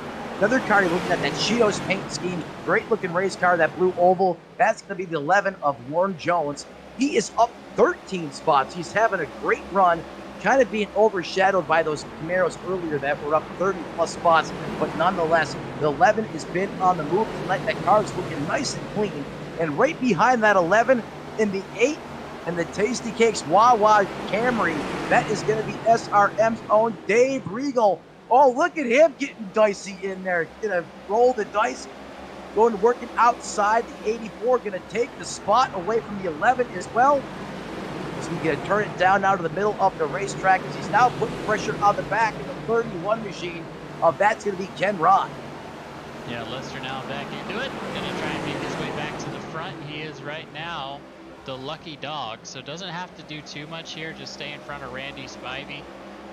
They're behind him. There we go. Stay in front of Randy Spivey, which I don't think is be an issue. You don't want to make any more enemies today. In fact, you might want to make some friends. Show that you can get up there. As I am watching the chat, the Mountain Durr says longest green flag run. This is not the longest green flag run. We had a very long one in stage number 1 that ended with that stage caution, and then we jinxed it by throwing the stage caution. But we're getting up there, and as well he says poggers, which we are not on Twitch, unfortunately. But if we were, that would have been a funny little emoticon. So let's take a look as Alex Murray passed Sean Rogers. This was at lap 139 for the leader. See how that happened here. Oh, Sanders going to get loose there, the 44 machine of Rogers. That's going to give the 40 to open the door there, work to the bottom of the racetrack. And sometimes you open the door for 1 and then 2 or 3 come on by. You can see the 59 machine of Sander in that Camaro tries to go ahead and get on by as well. So now at the front, Murray back to the point. Chad Sander in second. Sean Rogers in third. Cornez up 8 spots inside the top 5. And look at Root RJ continues to rebound. Now in 5th, high in the front of this field once again, James. Absolutely, you know they can do it. You absolutely know they can do it here. As go ahead, run through. Let's go ahead and do a full run through. Usually that will spark caution, but we'll see here. So Alex Murray is going to be in that first place position. Chad Sander working hard, up 6 spots. Sean Rogers in 15 spots up there from Kalamazoo, MI, which I believe is Missouri. No, it's not. Minnesota? I don't know. Xavier Cornez there in 4th. RJ Root in 5th position. Ryan Samuelson's Phil Filler teammate there in 6th. Eugenio Alonso working the inside after his issues early on. He's going to try and make a comeback. Carl Dotson in 8th, currently up 24 positions. He is our fastest, hardest charger at the moment. Aiden Hill. And in 10th, that's going to be the 74 of Brandon Estrom in that Toyota. No pain, no gain. Start right where he started in that 10th spot. Up 6 spots in 11th. That's going to be the 56 machine of Cody Kelly. Working right now, getting some good action in on the racetrack. Working the top side of the racetrack. But here comes Travis Crayborg. As you know, he was involved in that big wreck in the front of the field as he continues to try to rebound. He's currently running in that 12th place position just outside the top 10. Going back to the Garvaja Halt machine, that Ford Mustang in 13th to 00. He's in 13th position. 14th right now, residing down 7 spots from where he started. Another Blue Oval in the field. That's going to be Dave Duke Jr. Inside the top 15, or rounding out the top 15, that's going to be the 10 machine and 15th of Chris Claude. 16th, back to the Toyota side of things, that's going to be Bob Nestor, rocking up 22 positions. 16th, I see you, Bob. In 17th, SRM's own Mr. Rogers, a.k.a. that is Dave Regal, in that 8 machine. He is on the move, up 7 spots as well from where he started, solidified well inside the top 20. In 18th position, up 15 spots to 33 of Ken Rod in that ZL1 Camaro. 19th, up 15. That's going to be the 62 of John Wilco. Another strong run here as they have another pocket of big gainers here, battling consecutively here throughout the field as they started deep in this one and now up 15, 15, and respectively 22 spots. In 20th, that's going to be the 11, the Cheetos machine of Lauren Jones. One of my favorite paint schemes out there on the racetrack week after week. Tony and I always talk about having to get Cheetos because the minute we see that car, for some reason we want them, and I have mine here tonight with me, so that's not going to snake bite me here this evening. In 21st, that's going to be the 84 of Joseph Lester, the Rocket. That kid is fast. He has talent. Let's see how he's able to rebound through this one. Is that 19? Oh, here we go. That 19 there.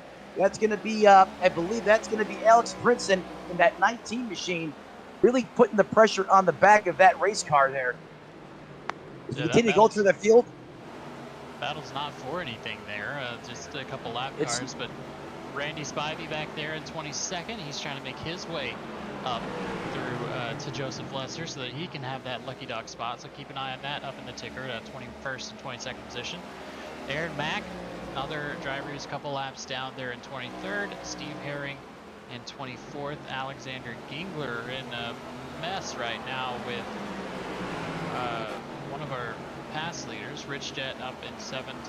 In 26th, 77 Godzilla, he was involved in something earlier.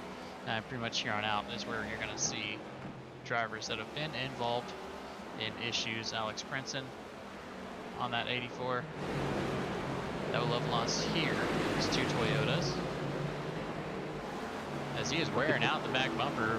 Just a reminder, folks, this is for absolutely nothing. Oh, it's for something. It's just for nothing right now as far as position on the racetrack.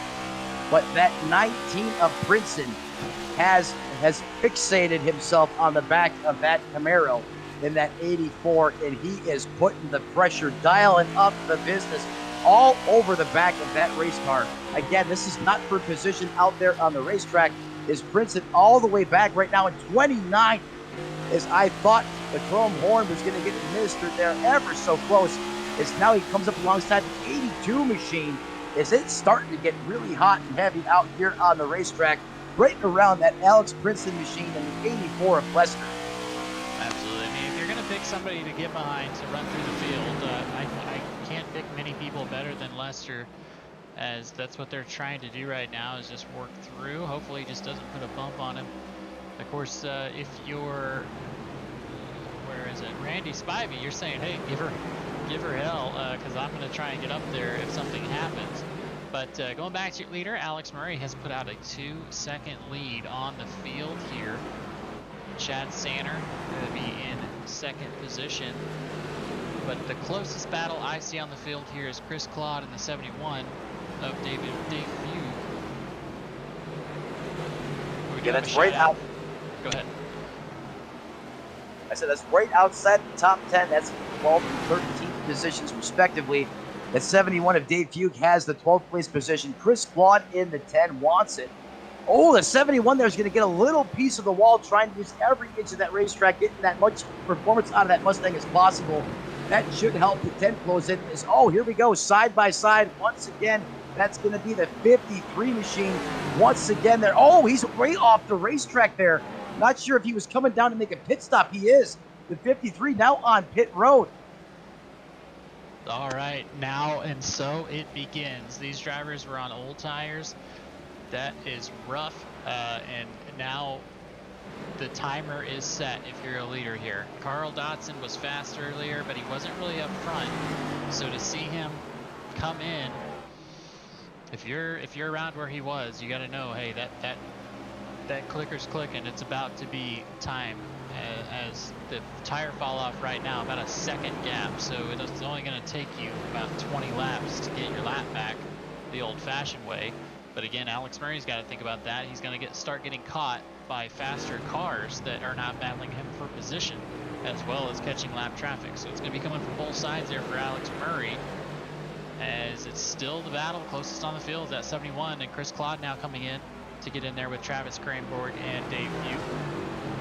Yeah, this is a three-way battle here, really starting to heat up, and like James said, on old tires, because I'm still trying to figure out how Dotson stuck it into like a lawn dart on that pit road entry. That was spectacular. Oh, don't get... Oh, I got worried there, just reminiscent of earlier on close, racing up in the 21 at Cryborg and the 71 there at View. The Mustang going back and forth as we go back to pit road. The 84 Lester now on pit road as well. So Alex Murray, the winds of change, like you said, James, are happening fast. He's going to have to pay attention so he doesn't get caught on the outside looking in with all these pit stops. Absolutely. Nobody in the top 10 has came down pit road yet, other than Carl Dotson. I think Lester came in because there was some contact there. He's going to... Alex Murray working around the 31. John Wilco now is your lucky dog. So although Randy Spivey was trying to stay in front of Lester, that has changed a little bit. We do have a shout out here for the 74 Brandon Edstrom. So we're going to show this vehicle a little bit more. Nice chrome coffee company machine. And it's simple. If you want to get your voice heard right here on the broadcast, all you have to do is sound off to James in the chat. These drivers love getting those cheers out there from you guys. We love bringing it to them, and we'll certainly help you. We'll showcase your driver out here on the racetrack. While you're at it, you might as well smash the like button and ring the bell. If you're thinking about joining the SRM family, come on and do it already. 3,000 plus already have. Come home right here as we got high-flying action 7 nights a week. Just like the battle, RJ Rutan at 69 has been coming all the way through the field. Now putting the heat back on the 14, Aceva Cornez. RJ Root continues to want to go all the way. Oh no! As the 84 is stopped in the upper groove on the racetrack. That could bring out the caution, James. Yeah, in fact it did. Let's take a look here. That was the 74. Yeah, Brandon Eidstrom. That's payback. Yeah, that clearly. And I don't hear anything over the chat, so I think this is one of those where you just take your lick and go. That right there is a learning experience. Yeah, because I know he wasn't on the chat too much, and here he comes out of pit road. And he was going pretty slow. That's what the 74 is saying. And then gets him up. So maybe not exactly payback. I don't want to put words into anybody's mouth, but he did come out a little bit slower. Actually, why don't we check that out? We can do this. We can put the dashboard up and see exactly how fast. Oh no, it's not going to tell us right now. That's okay. That's okay. No worries. As now pit road everybody coming down pit road. Alex Murray, Eugenio Alonso. The only people staying out are those that are trying to get a couple laps back. Bob Nestor, Dave Regal. Gonna get to the front, get the wave around here.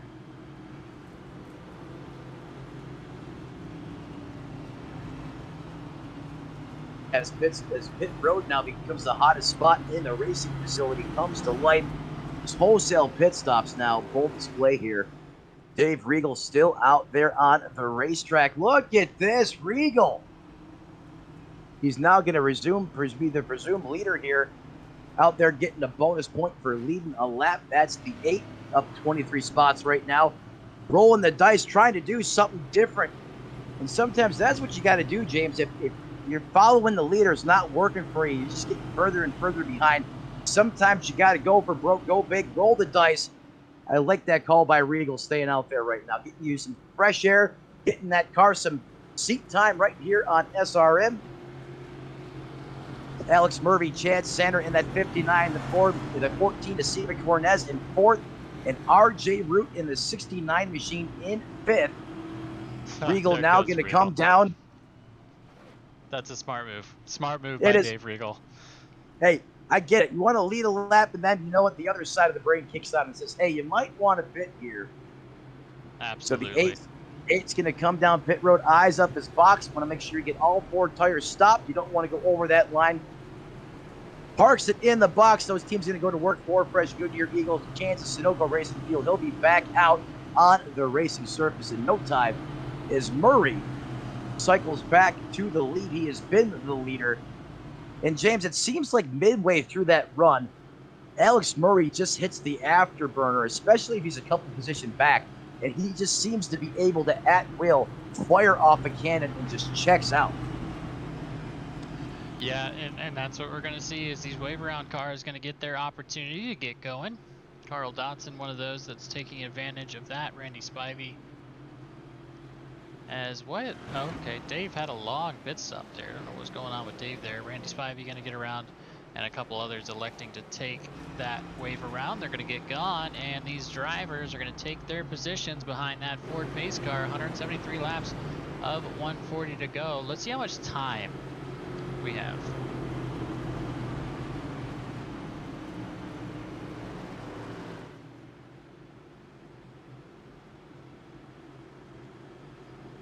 As we're trying to see the time, let's see the time. Come on. Help me out here. Oh, it's because we're under caution. Once we're under caution, it'll tell us how much time is left in the session. As I believe it's about 4 hours here. So Alex Murray, Chad Sander on his outside, RJ Root going through trying to go through the 59 on the restart. As you said it, Alex Murray's gone. Check, see you later, I'm on another planet, gone. Almost like he has 4 tire fire on the restarts on that machine at time. He really knows how to get it done, especially when you put the sticky biscuits on that race car. Look at the 69er Root rock in the top side. Continuing to put pressure on the top 2 there. Chad Sander in P2. Raymond Root wants it. 14 now, Cornez coming up. A little bit farther back, Sean Rogers and Eugenio Alonso.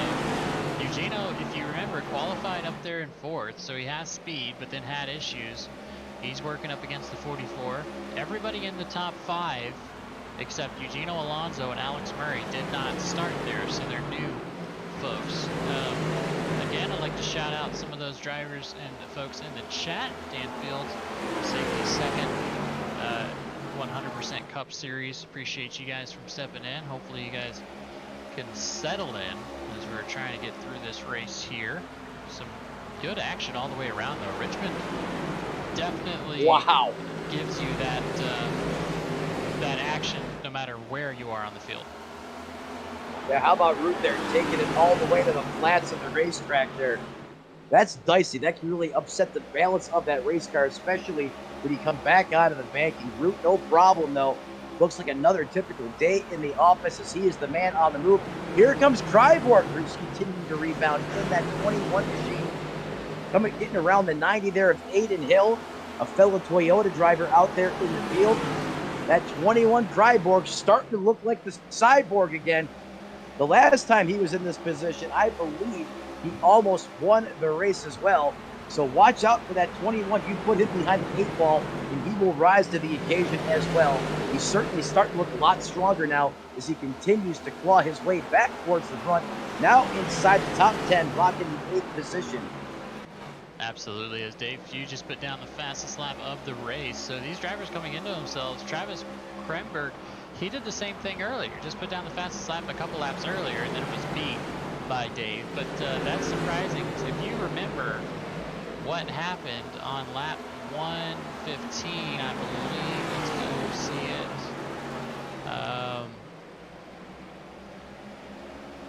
You're talking about Houston, we have liftoff.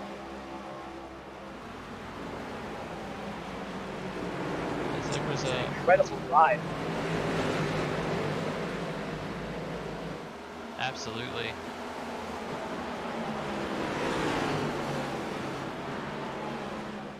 I believe James is going to try to cue that up at lap 115 here as we continue to watch Crayborn working on the back of Dave Feud, trying to get inside the head of that race driver, trying to get to make a mistake. 71, like the Iceman, remains rock solid there. Oh, big moment there is the 82 machine there on the outside of the racetrack. The 21's going to come up and give the 71 a love tap on the back, let him know he's there. He wants the spot. That's going to send the 71, give him a better straightaway speed. The 21 is going to have to dive it back in deep into the corner, deep into the braking zone, and he's going to reel it right back in onto the back of that 71 machine. Great driving out there right now by that 21 machine. Absolutely. Let's take a look here on lap 114. This is where this happened, what the issue was, and why the 74 took offense. As those two, this is the battle for the lead here. I can't watch. And so that is what the 74 and the 21 are coming back from. So that's why I show you that. Because they are battling back from a straight header into the wall. I don't have that kind of luck, James. I do that. My next-gen cars bent like a boomerang. And somehow these Toyotas and these exoskeletons on those race cars, man, they are just tough. They are invincible. But still, even with that being said, cannot deny the talent inside that 21 machine. Is that car still can't be perfect, but it looks perfect out there on the racetrack. The same for RJ Root as well, who's now up inside the top three, holding down a podium position, as he had to come all the way back through the field as well. And there he is in third position, just in back of Chad Sanner. He's literally got 2 more positions to overtake, and he's back to the point. But that 40 car of Murray is definitely going to be a hard one to get by, especially as we get about midway through this run on tires. That's when Murray seems like the afterburner and just able to check out at times. But Chad Sanner, right now, for the time being, is not letting Murray get away. Absolutely, as that wind blowing some of those clouds out of the way. It is 82 degrees there on the track, 94 degrees at the asphalt. But that's what's gonna happen. It's gonna get more tight as the race goes on. These tires are gonna do a little bit better. They're gonna hone in on where they need to be. That's why we watch and why we're at the 100% that these guys are going off of. Brandon Estrom, 10th and 11th, and that's why you got to claw back. RJ Root kind of went sideways a little bit as Cody, a guy did get a Cole E. That's, sorry, Yeah, that's my dog's name. Cole Oh. E. Where is? I didn't know you had a dog, James. Yeah, I have 2. Cody Coley. Yep. Yeah, As, it's the 56 machine. yeah, looking good there. Shout out. He is making his way to the front. Started a lot of these drivers. I'm seeing a lot of green, even though they're halfway back or whatever. They are improving their lot. And I tell you what, we're not all going to come in here and just absolutely go through the moon. As Alex Murray now, more lap traffic up in his way. Oh. He's got Chad Center following, the snake moving around the 82. Yeah, looking like a plumber, just weaving and winding his way through lap traffic. And Sanner is able to keep pace right with him, not allow that 40 machine to get away. And now look at him close it in about a half a car length there, with the 40 just able to capitalize there on corner exit. The 59 shrinks it right back up on corner entry. And there is the 10 of Chris Claude on the outside. Just not that man's day so far today. He has had a tough go of it. He's been involved in a lot of that carnage out there on the racetrack. He's going to do the right thing. Just that veteran race car presence on display there. Gets out of the racing groove, out of the way, and lets these guys go on by as the 40, the 59, and the 69 route are in a three-way dogfight for the lead.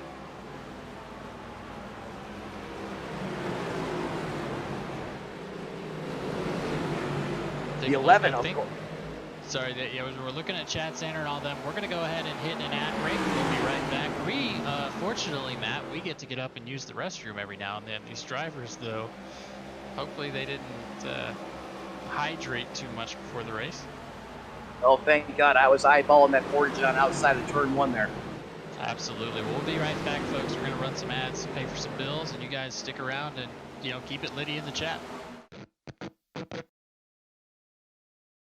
There's a new approach to lawn care, Preen One Lawn Care. Preen One does away with the hassle of multiple bags of different products. It has everything you need for a beautiful lawn in one bag. And all it takes is one application. For season-long weed control and feeding, apply the granules when the lawn is wet and weeds are actively growing. It blocks crabgrass all season. It prevents crabgrass seeds from growing. It kills the seedlings too, even when applied 4 weeks after they sprout. It's your best defense against tough weeds like dandelion, chickweed, henbit, and hundreds more. Plus, its slow-release formula feeds the lawn evenly for months to build stronger roots for maximum heat and drought resistance. Preen One delivers convenience and better performance in one package with one application. Spend more time enjoying your lawn and less time working on it. Preen One, and it's done. It's a lawn dream come true.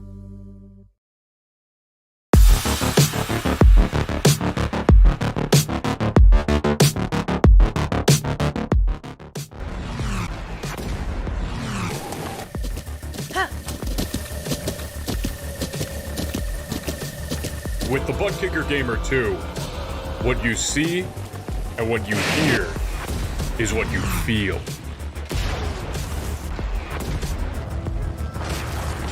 Butt Kicker. The future is feeling.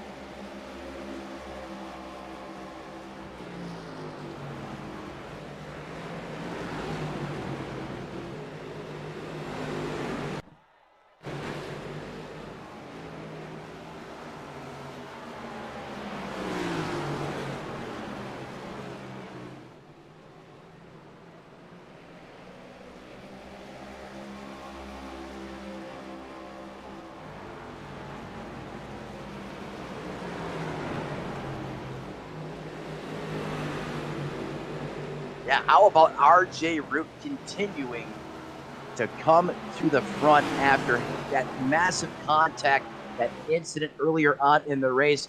We were joking about it when we interviewed him right after the contact happened. He took the words out of my mouth referencing the spin and win from earlier on in the year, and no one rebounds and circles the wagons like that 69 car out there, who is solidly in the podium's position, up 5 spots from where he started, passed a ton of cars today already. RJ Root, the 69 time machine, is in second position, one more car to go. But is he able to catch that 40 of Murray? That car there has almost been a class of its own at times, especially this far in the run. As you can see, Murray has about a 3-point, almost a 4-second lead, over a 4-second gap over second place right now of that 69 machine of RJ Root. How about Seba Cornez, though? That 14 car is now up inside the top 5. Seba, I see it in fourth. Used a little bit of pit strategy to get there, but he's been able to maintain, and he is solidly inside the top 5. Has not faded. Big shout out to Seba Cornez. He's having a strong run here in the at the midway point of the race. Chad Sanner in third continues to be the highest running Camaro right now in third place.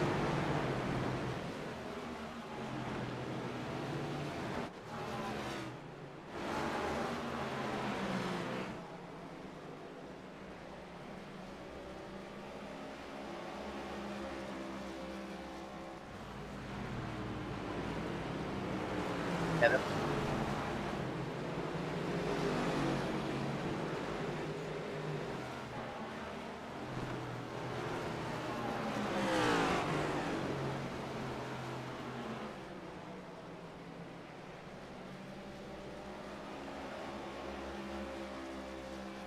You know, how fitting, right? Back in the 40s, has all that heritage and history, and Petty goes out there and gets the inaugural win.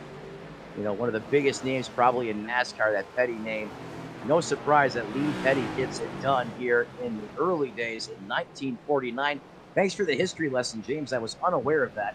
As Alex Murray continues to mow down the field here, as he's carrying the torch, continues to shine the way, now over 5 seconds back to RJ Root.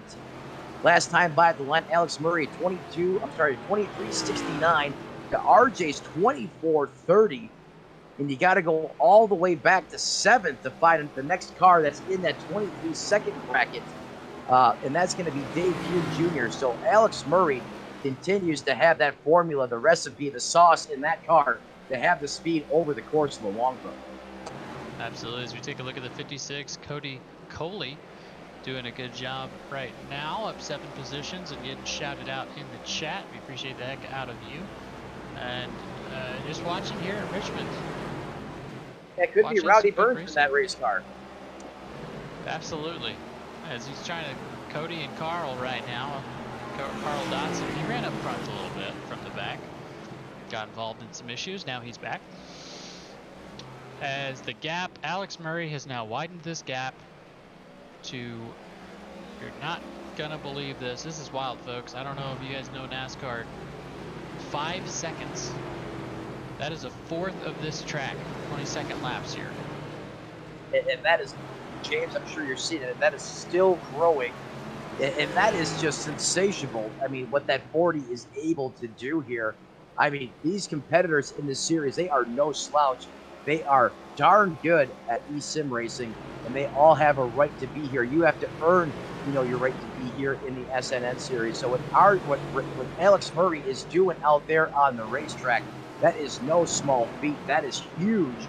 What a flex right now by that 40 machine, as he looks like a slot car from back in the day out there on the racetrack. Absolutely. As I hope that's a little bit better, Austin. I appreciate the heck out of you. Trying to get the mic figured out there, but going a little bit farther back, that is our closest battle on the field besides Seba Cornez. Now Eugenio Alonso working his way up. Had a little bit of an issue at the beginning, and now working up, trying to challenge with Seba Cornez as we approach the stage 2 end. Again, that's going to be lap 130. you want to talk about a patient driver, racing the track, not racing himself. That 86 machine got into it big. I think the very first caution flag of the day, he started up front and he went for a right. And he went all the way back to the back of the pack when everyone was still on the lead lap. A little bit of a wiggle there, but look at how long it has taken this man to come up through the field. And that is by design. That is presence. That is a veteran race car driver understanding that, hey, this is a 400 lap race. I don't have to get 30% of the positions in turns 3 and 4. I have plenty of time, and that is how you get it done here at Richmond and keep yourself out of trouble.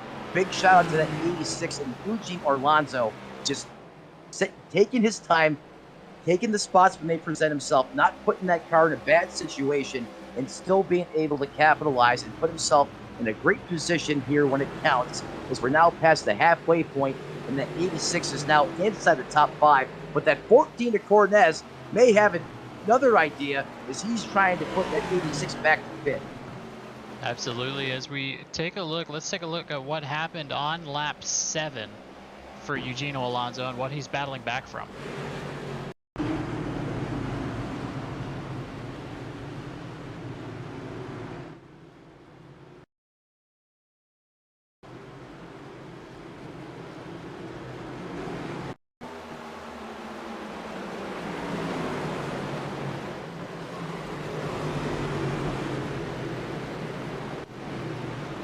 So it caused one of the first cautions of them, did not cause it, but was involved there. That was more than just that initial contact. If you remember, once he got the car rolled up, he also had additional impacts from other drivers scattering, trying to find a way through that smoke show. And that 86 was banged up, but you wouldn't know it now as Eugene Orlando continues to just carve his way efficiently through this field. Now inside the top 5 and 4th, but he is right now getting a lot of pressure dialed up from the cooker from that 14 to Cornez. Just a couple car lengths off the back of that 86. Continue to go back forward. There is Brute RJ in second. 71, Dave Fugue inside the top 10. He is in that 7th position. Those are your pick 3 lottery numbers for tonight. 771. If you hit on the pick 3, Dave Fugue, obviously, be thankful if you remember him for bringing you those numbers here tonight. The 69 machine now continues to work against the lap traffic there. The 22 machine, as he'll go another lap down, as he was put a lap down, not by the 69, but of Alex Murray. Is now the 69 is going to come by the 33 machine of Ken Ron, who has had also had his own bit of adversity he had to overcome here in this race, as I believe he was involved in multiple incidences out there on the racetrack. But he's out there still logging laps inside. I believe he's still on the lead lap or just off the lead lap in that 17th position. That is Ken Ron. As we go back to the front, Murray. Stage caution. I believe that's going to be the stage break, correct? Yep, everything, they're waiting for that 10th driver to come across the line. There we go. Caution is out due to that stage, so a little bit of a break time for these drivers. I don't know, just so everybody knows, I don't know if normally the real race car drivers, some people ask, where do they go to the bathroom? Where do they go to the bathroom, Matt? Well, I guess in this case you'd have to be one to know. Right there in the fire suit, Matt. Right there in the fire suit, you know. It absorbs it, and it, you know, it's hot in a race car. It's 100+ degrees. It kind of absorbs, you know, it's gone by the time you come down pit road. But one thing that these drivers, that real drivers have that we cannot simulate yet. So these drivers now got to come down pit road, and they've got about 15 seconds to hop out of the car and go use that restroom.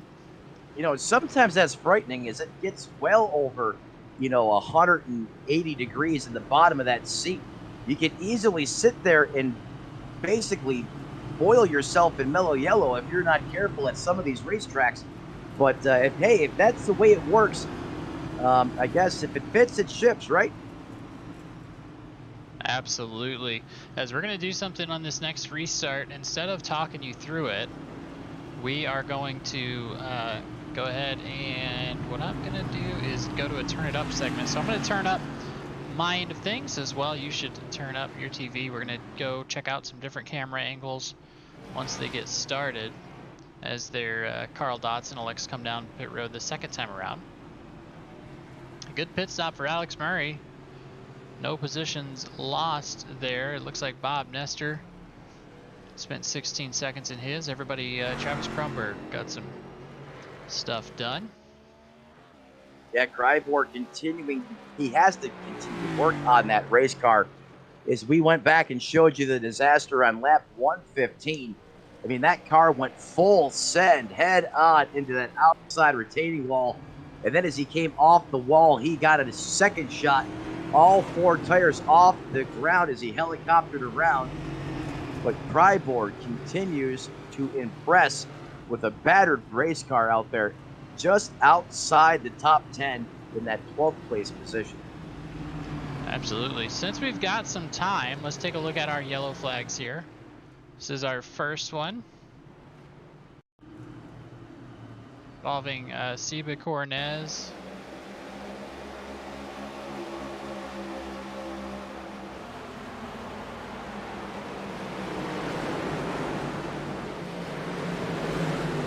May have it set to, yep, there it is.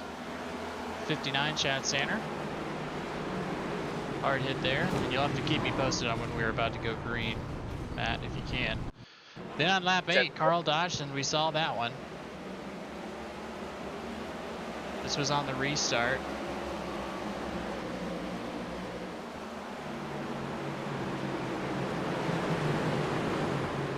Yes, I have broken away from you, James, while you run the replay here. We're still under caution here. You got plenty of time.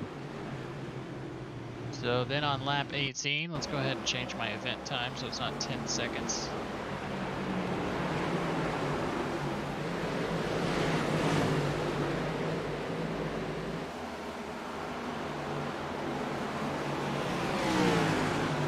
There's that one, then lap 26.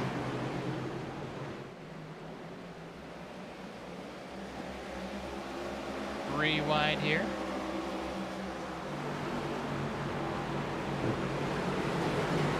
Going back into turn 3, lights are out on the pace car, James.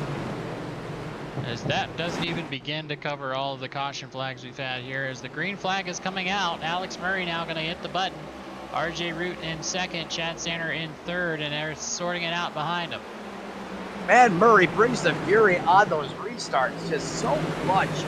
Gets it done just about every single time. That man knows how to get a restart done underneath his belt. He certainly had his share of them here in this race, and at every time comes out on top. Look at the doubles here. There's Gavarja Holt, 14 to Cornez. Look at the tight racing here, right around that 8th place position. The 71, there's Dave Pugh Jr. Gavarja Holt on the top side. The 14 to Cornez, he's working the top side as well. Here comes the 21 at Kryborg. Look at him send it down into the corner. He's going to pull alongside with Root there as we go on. I'm sorry, that's Holt there in that Ford Mustang. Great looking paint job on that car right now. Look at the run that 21 gets on corner entry as we go on board, looking out the front of that 21 machine. We're going to have a face full here of Ford Mustang, especially down into the corner right here as you get a good look at the back of that Ford Mustang GT. This 21's going to bring it down low to the inside. He's really attacking on corner entries. He should right here. Look how late he gets into that. Well, the 71's going to come up the cover. You know that was contact. We've got to look there at the aerodynamic package of that rear diffuser on that race car. So we are under siege right now all around that 21. Yeah, that was, I believe, the 56 of, no, it was the 44 of Sean Rogers involved in that one. Not sure what happened.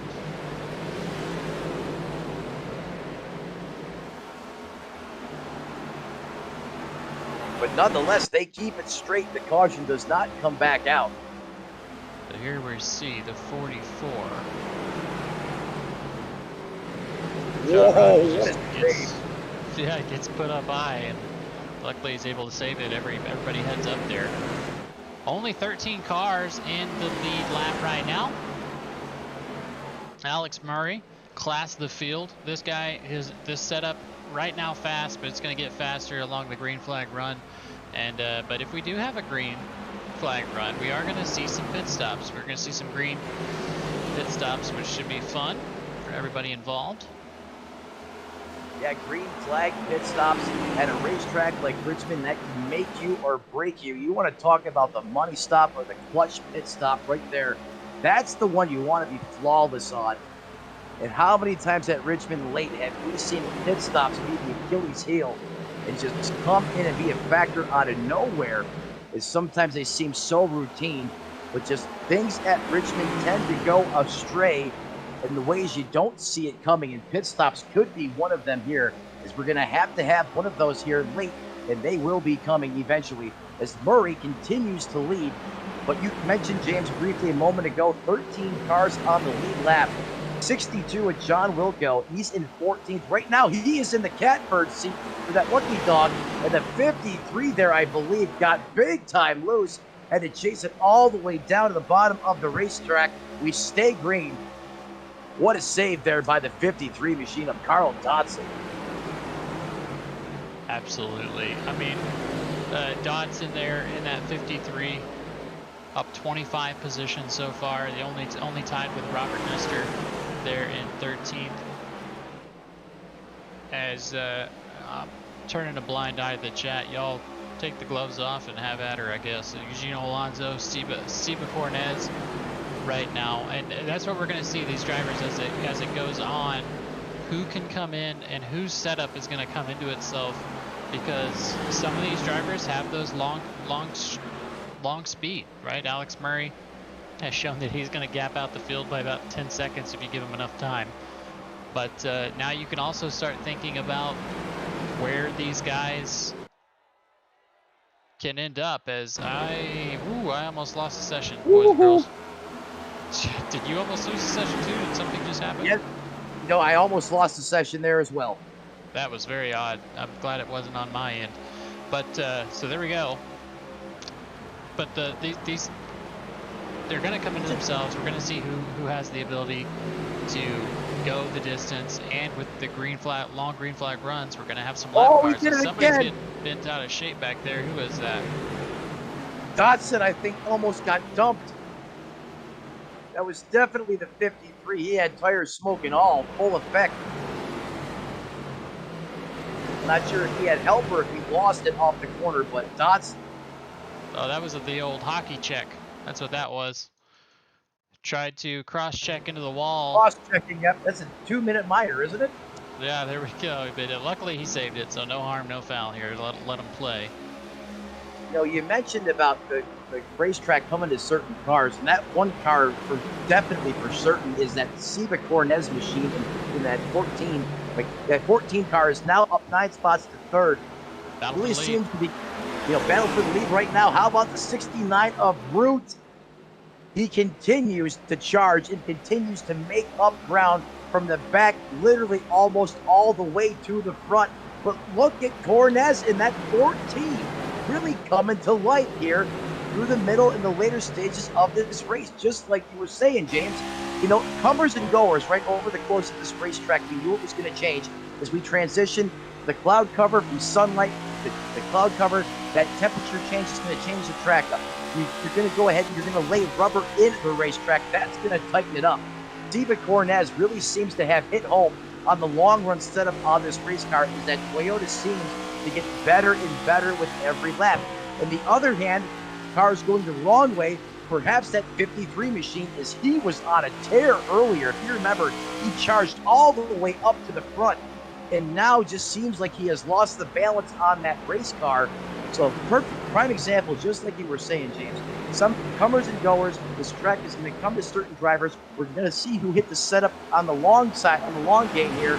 Clearly, the 14 of Cornez has done something right. He has called the setup late in the game in this one, as he is now working, challenging that 69 of RJ Root for P2. He has the position. He has the thought he was going to have him clear there, but the 69 gets a great run through the middle of the corner. It's going to be a drag race. 14 on the bottom, the Root on the top. He's going to clear the position back with the momentum. What a statement move there by RJ Root. Is going to deny Cornez that second place position for now, but still strong run in third. Yeah, defended absolutely perfectly there. RJ Root held him up high. He got down as low as he possibly could without making him, without wrecking him. And you got to make them stick it down there. And if they can't stick it down there, they're going to fall back. Now, that's also good on Seba Cornez. So somebody who's not good at driving when put in that position is going to slide up and wash out and take out RJ Root. Instead, Seba takes a step back. He says, all right, you got me beat here, and bounces. So now the 84 of Lester racing with the leaders. Now that is not for position out there on the racetrack how it was earlier. We all know what happened there, but Lester giving the 40 plenty of room there. Everyone's playing nice as the 40 and the 69 and others go on by. To clear that performance on that 84 machine, not where it was, as that car is taking some hard shots here throughout the course of this race. Now Lester working the bottom, the 14 of Cornez on the top side of the racetrack. 40 making it a little tougher there on the 14 machine. Yeah, absolutely, and that's where, you know, when you hit this lap traffic, that's where you gotta, that's gonna give RJ Root about a half-second gap there. And Alex Murray even more because of where he hit lap traffic. These guys don't have to get out of your way. Doesn't matter if they're like Lester and maybe, I'm not sure how many laps down, 28 laps down, but they do not have to get out of your way. Nothing in the rulebook says they have to give you leeway here at the ovals. So, you know, that's just part of it. It's part of who you're going to race. You know, we saw, who was it, Ryan Newman, very famous for that. Very hard to get by, even as a lap car, and sometimes you don't make friends that way. Sometimes you're in a little bit of respect in the garage, but more often than not, no worries, going to let everybody by. There's a little battle here going on. The 44 Aiden Hill and the 90, or the 90 of Aiden Hill and the 44 of Sean Rogers. Yeah, these two no strangers. They've seemed like they've been battling it out here over the course of this one at multiple times tonight. That's right for that 10th place position. The 90 right now, he has it. Sean Rogers wants it. They flip-flop positions over the course of that sector of the racetrack. 44 is now going to have the advantage, but the 90, he's going to run the top side. Aiden Hill with a strong rebound on the top. The 44 going to send it back in on the bottom. Crossover, slide job perhaps. The 90 is going to try to cross him over. Not going to be able to quite have the momentum. Let's see if he shoots it down towards the bottom. He doesn't. He thinks twice, falls back in line. The 44 holds on to that 10th place position right now, but Aiden Hill refuses to give up, and he's still dialing up the pressure on the back of that 44 machine. And as these two do battle, that's allowing that 19 machine to come back into the picture. Yeah, 19, couple laps down here, more than a couple. He's in that same boat. Alex Brinson really far down, and it's hard to be a lap car right now. You got to get in there and keep trying to get past some of these drivers that stopped, but you put yourself in these battles. As we take a look at Eugene Alonso and Travis Kranberg, very easily could have been back a lot of positions after his issue, but able to come back after a very hard hit into the outside wall.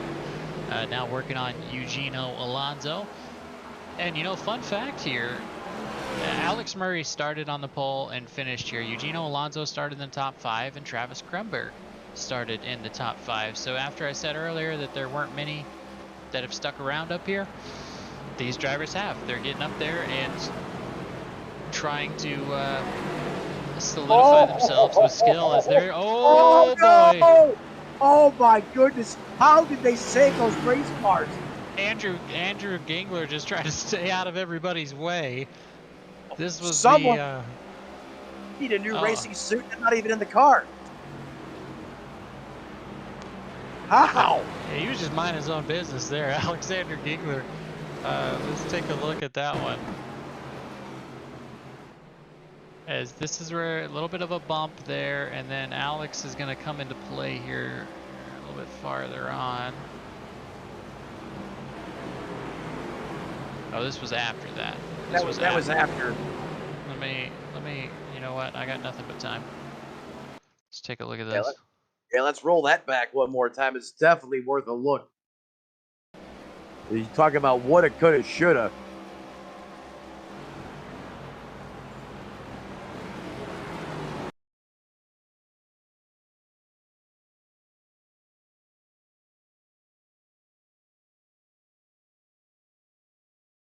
Yeah, there we go.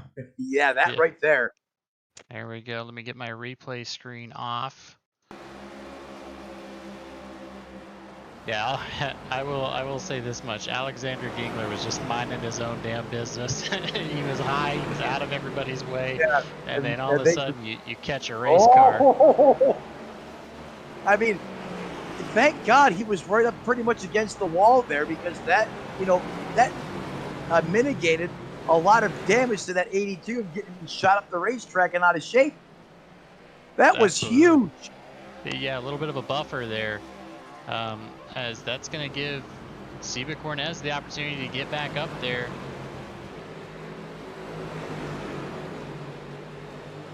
Yes, Seba Cornez in that 14 machine. And I really believe this track just keeps coming to that 14. However he has that car set up, however it's just, if it's fitting his driving profile, what he likes to feel inside that race car being transitioned, fed back to him from the racetrack, from the grip, from that Toyota Camry, just seems to be working right now for that 14 machine. The longer we go into this run, that 59 Chad Sander, though, he has been the staple for the bow ties out there right now, without question, been the most dominant Chevrolet, as he's basically entrenched himself inside that top 5, really third place for a majority of the laps here. At 59, just can't seem to get that extra step to go up there and challenge that 69 or the 40. But nonetheless, what a run by that 59 of Sander. Yeah, but here's the thing. Chad Sander has not let Alex Murray or RJ Root get out too far ahead of him. Right now, a 2-second gap here. But RJ, not either. We saw the 5-second gap, and we saw the huge run that Alex had late in the last lap. Here we are, 50 laps in, and you got to think, when are these guys going to start coming down for tires? Second gap right now, or a second difference between your best and your last. As you think Alex is saving here? It quite possibly so, but everyone knows we cannot make it on tires, we cannot make it on fuel, so we're all gonna have to stop for fuel and tires at least one more time here. So the 40, I'm not sure exactly maybe what the play here is to save, perhaps, but then again, there's a reason why I'm up here in the booth and not in that race car. I certainly don't have the skill or the experience like that 40 does, especially at this racetrack. But whatever he's doing, it is working for him. And who am I to question it? Because that man has been lights out from the start of this race. Alex Murray still continuing to lead. However, that lead now, due to lap traffic, just over a second now. So that gap has about been cut in half by lap traffic in no time. Yeah, working around lap traffic here. He caught a bunch of it right at the right time. Alexander up in there, but RJ Root, he's trying to not. He's caught up in it a little bit harder, having a harder time getting by these drivers. I believe that's a 63. He's battling to try and be the lucky dog. He wants to stay as close to Alex Murray as he can without getting lapped here, because everyone that Alexander puts down, Cody Coley is going to be next, but everyone that he puts down is another threat to Bob not getting that lucky dog. So right now he's praying for something, but looking like it's going to be hard to come by, as RJ Root still hasn't worked through all the lap traffic that Alex Murray has. It's almost like the leader kind of displaces, that lap traffic right here, gets him, out of the groove, if you will, or not where you would like to catch that lap traffic when you're the second place car. It seems like for whatever reason, just whatever happens with transponders after they go a lap down, if you're right in that specific time differential between like a second and a half, it just really makes it tougher for that second place car to navigate that traffic with the same success as the leader. Maybe it's circumstantial, maybe it's just a coincidence, but that's what it seems like. That's what it seems like been happening here over the course of this race. The leader is able to navigate through that lap traffic very easily, but the second place car seems to have a lot tougher of the time, as what the racing line by that lap car seems to get shuffled just a little bit, and it really makes that second place car modify his line trying to get around that lap traffic, if that makes sense, James. Absolutely, it makes sense. As we're looking at Carl Dodson right now, he was the first one. I don't even know where I was going with that. He came down pit road at lap 271, so look for him to start tearing through the field and see if it's going to make a difference here for anybody else on when they come in, or he might have snuck one in. Is it looking like a two-stopper from here on out? The Dave Regal update. There's Dave Regal. Look at him. Look at him back there in 17. Just chilling.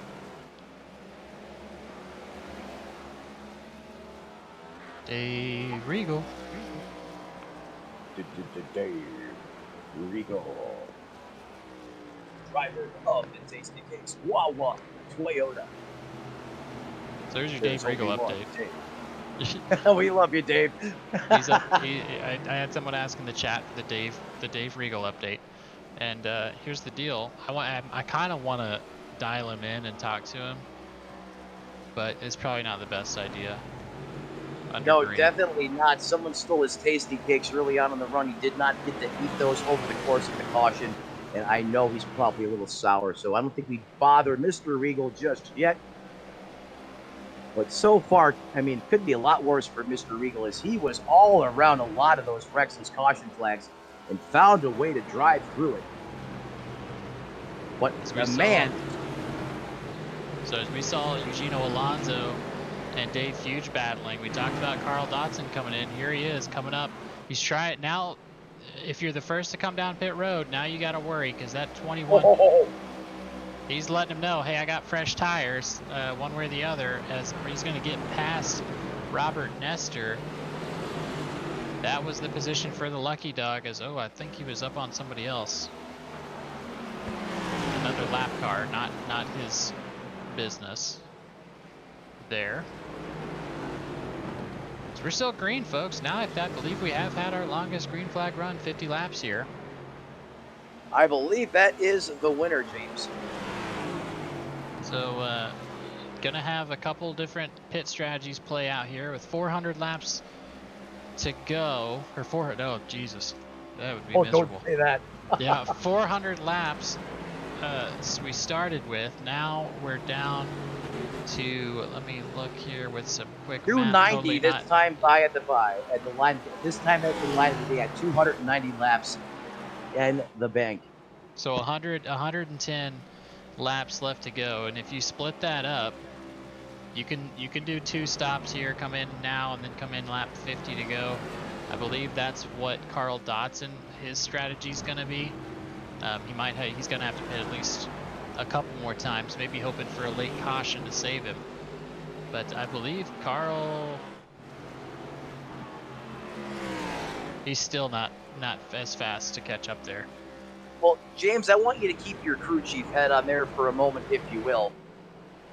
If you want to roll the dice here, is there a way to you can go off sequence here with this pit strategy? You said you're going to have 2 left, where you could possibly make a run, and if it plays out right, where you could come out ahead of Alex Murray.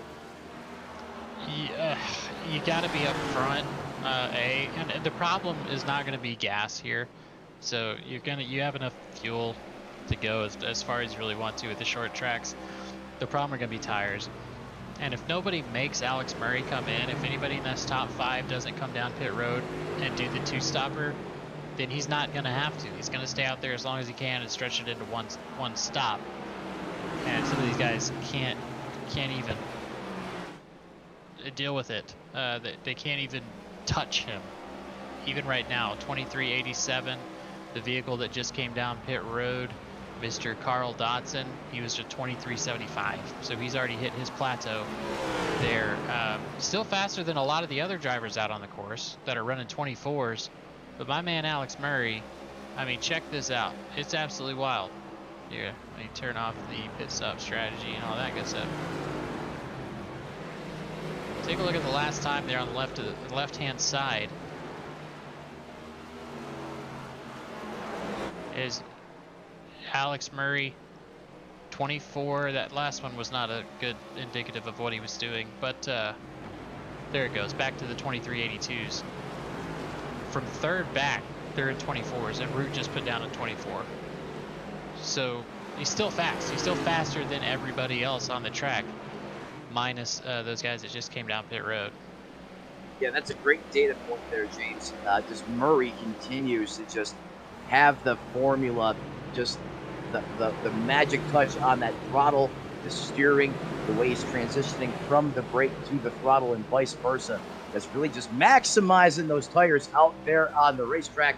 Little bit of a scare there out there. Once again, around that 84 machine, but all continues to march forward.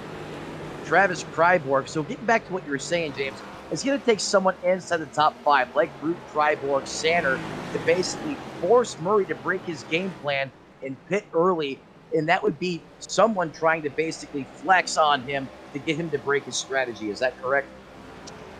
Yeah, and you know, some of these drivers, because of the gap right now, the gap is 3 seconds back from Root and then 10 seconds back to Kryborg. You're not going to surprise Alex Murray. These are 20-second laps, so if you come in, he has at least 20. For every second he's out in front of you, pretty much that's how many laps he has to come in and make it even Stevens. So, you know, RJ Root's really the only one that can make him come in quickly. Everybody else, he's got about 10 laps to decide if he wants to come in or not, if that makes sense there. As Krumberg working on Sander actually going to go that 22 Mission 22 machine. That is Randy Spivey, I believe, just from my. Yeah, that should be Spivey in that 22 Ford Mustang. Yeah, that Mission 22, love that. Appreciate all the veterans out there. That Mission 22, 22 a day. You will be happy to know that that number has gone down a little bit, but still a lot of, if you don't know, that's 22 veterans a day commit suicide. So if you need some help, whether you're a veteran or not, reach out. That new number, 211, I believe, right? 211? That is correct, yes, sir.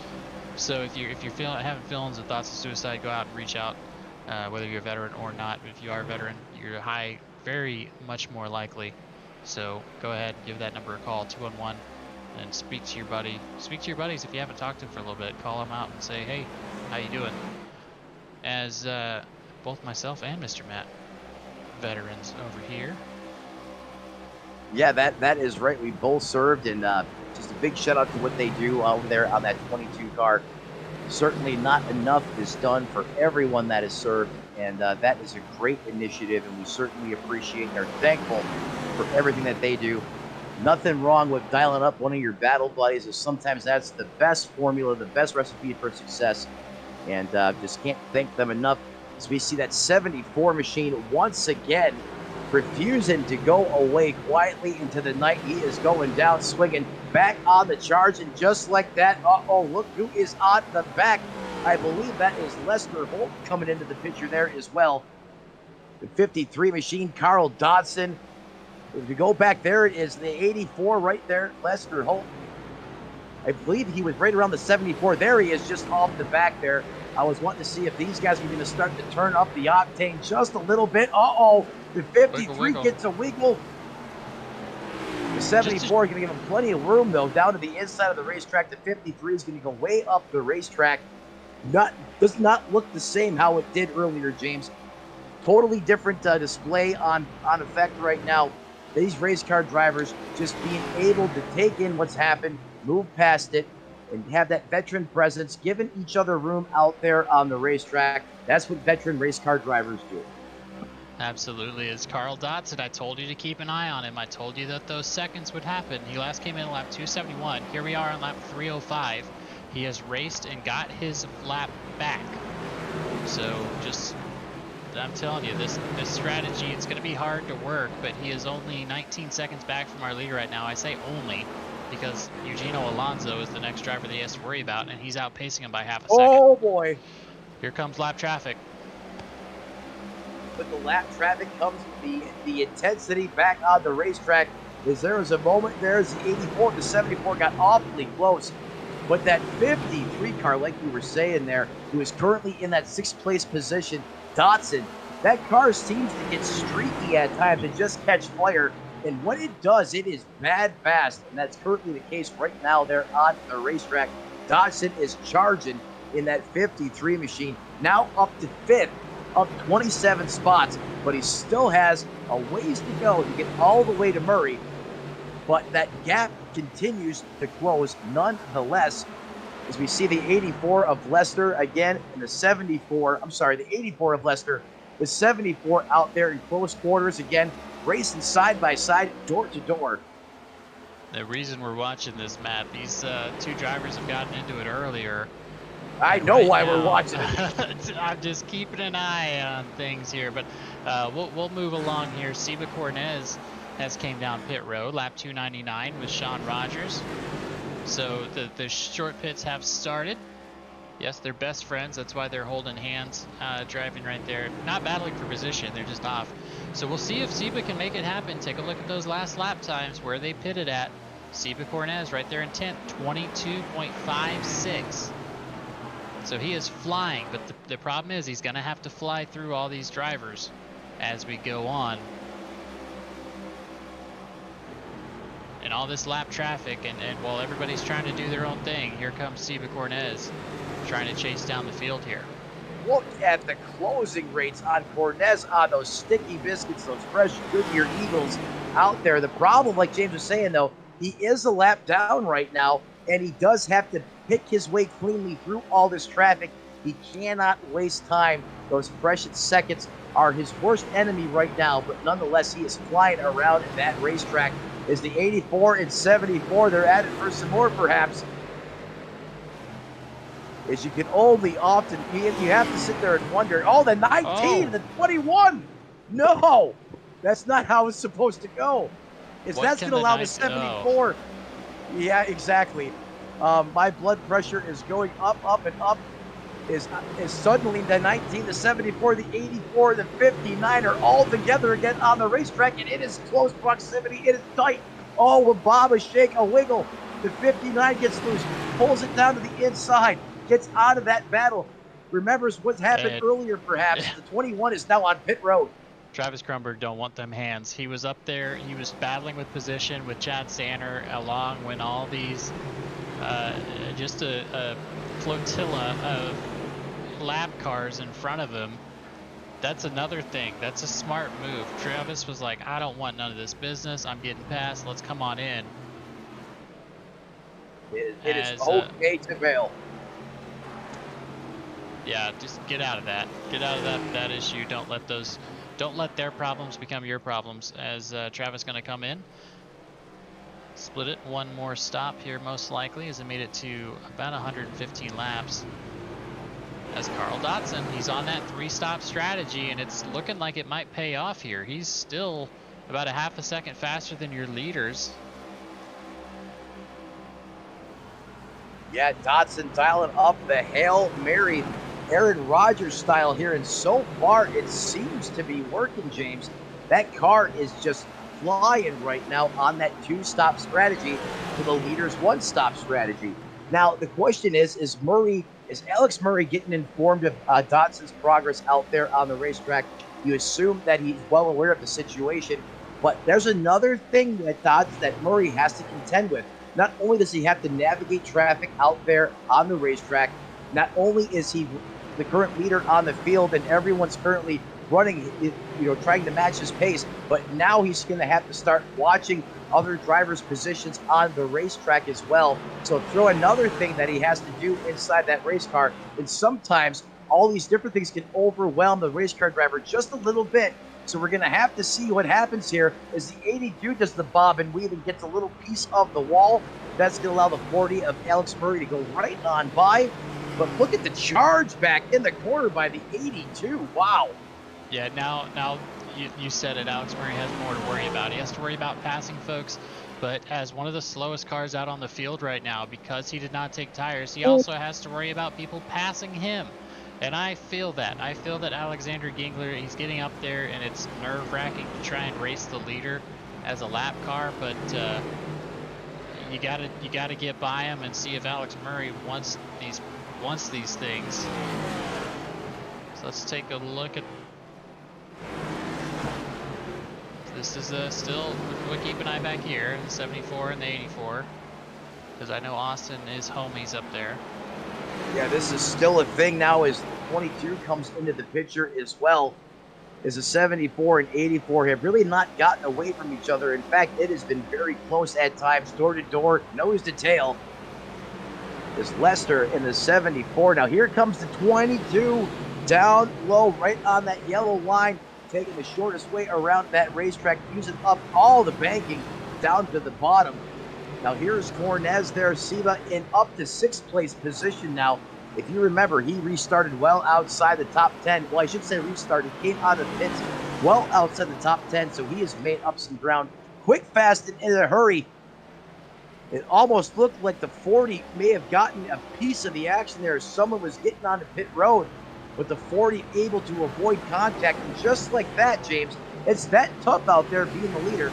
You're trying to, account for all these different components on the racetrack, and now you suddenly have guys going down the pit road just off your nose. Yeah, and he's trying his hardest to stretch this out to a one-stopper, but I gotta think he's losing 2 seconds a lap to some people. Siva Cornez, it's a 1.5 seconds, as RJ Root, he's gonna tap out. He's gonna tap out and hit the bottom. But Chad Sanner, there we go. Siva Cornez is gonna be flying up on this Chad Sanner for position here.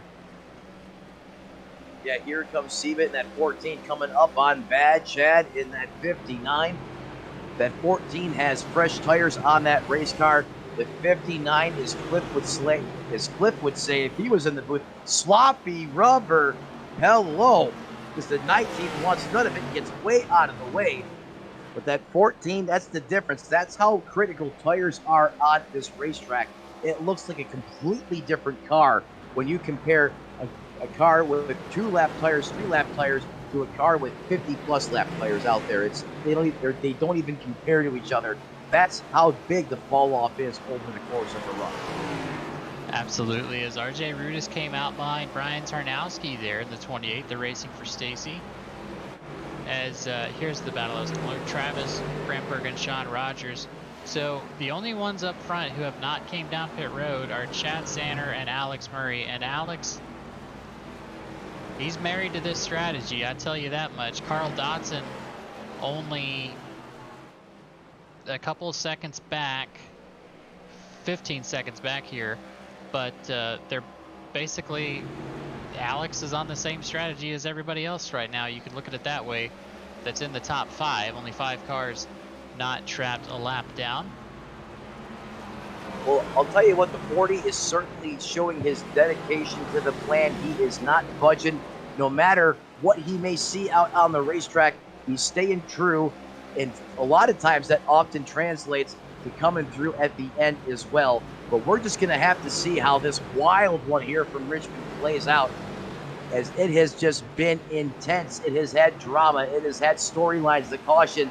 It has had everything you expect a short track to bring you, especially in primetime Sunday night, as Cornez continues to cut in to that lead of that 40 car. Absolutely. We'll take back in here. Here's the deal, guys. I know what we're looking for here, but I think these drivers have kind of figured out that they're just going to race each other. There in comes Lester. Not going to try and cause any trouble, especially now, because you can mess up somebody else's race. That's the big thing. And these drivers know that, hey, that's not what we're out here to do. We're not out here to ruin anybody's race.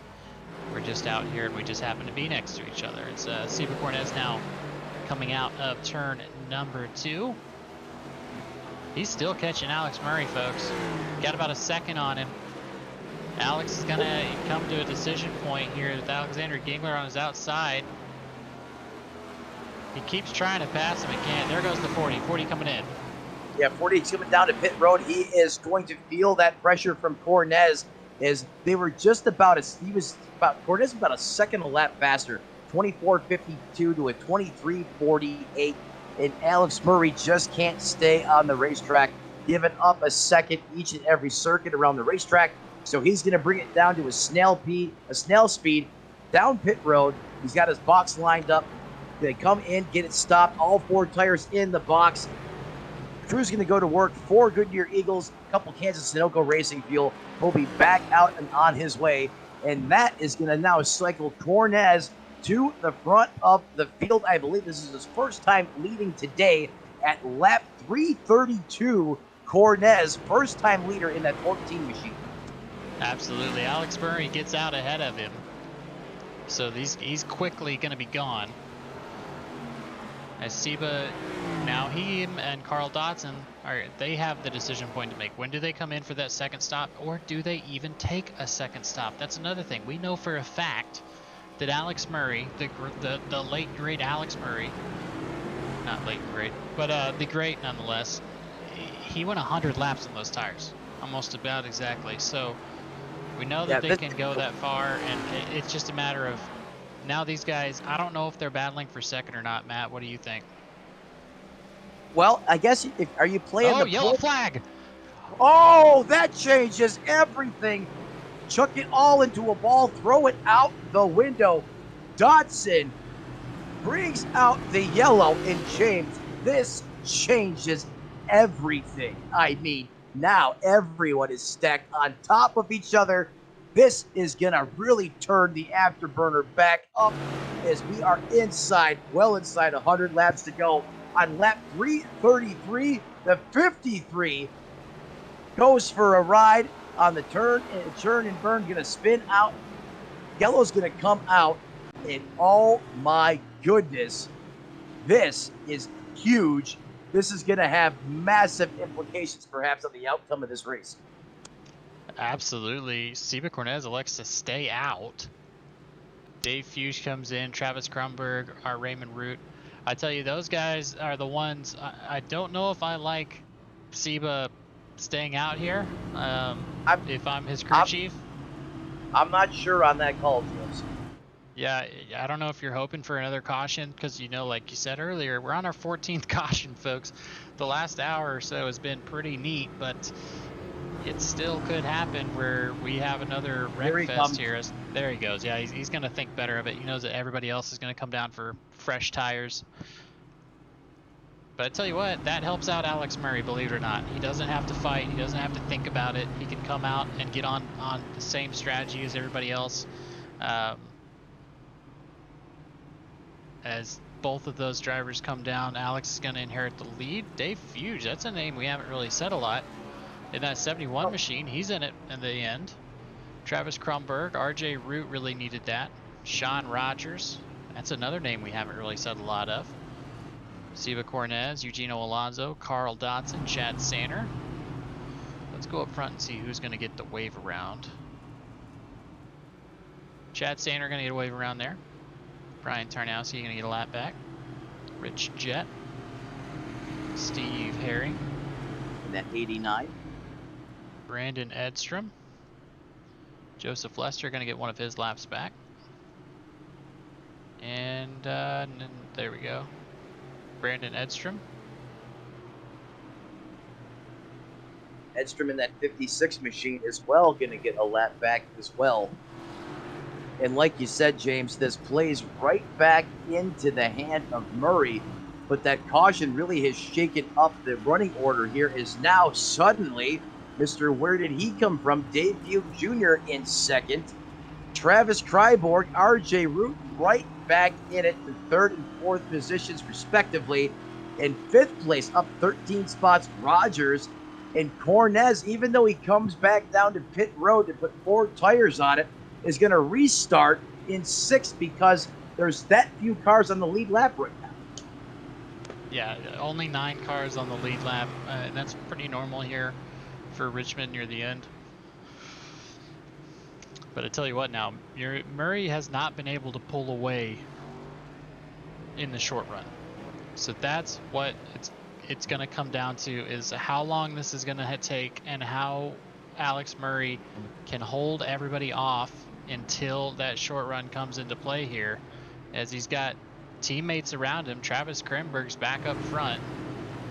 RJ Root with him, and not a teammate. RJ Root's not a teammate, but they are buddies. Yeah, that Toyota fourth field is back up front, not to cut you off. No, you're good. It's Dave Hughes there in 71 got a shout out in the chat. So here we go. Alex Murray has the button. We're going to turn it up. 21. Let's turn it up. Watch this restart.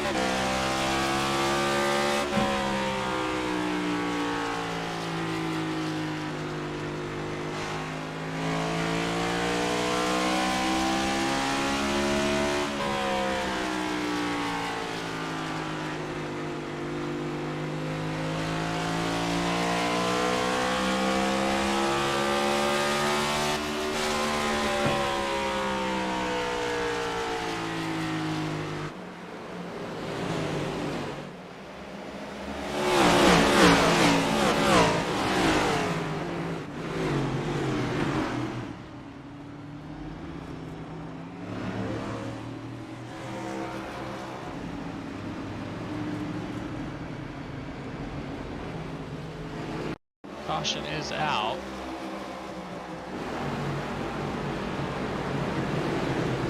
Like Brian got the worst of this. Looks like two drivers both ended up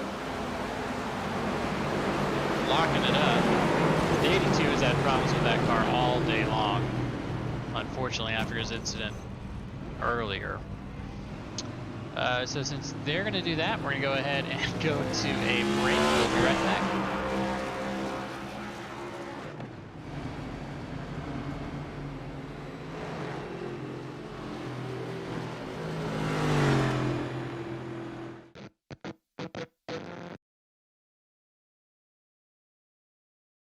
There's a new approach to lawn care, Preen One Lawn Care.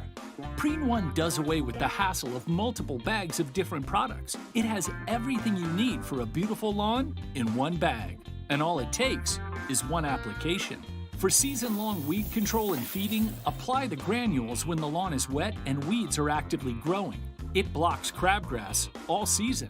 It prevents crabgrass seeds from growing. It kills the seedlings too, even when applied 4 weeks after they sprout. It's your best defense against tough weeds like dandelion, chickweed, henbit, and hundreds more.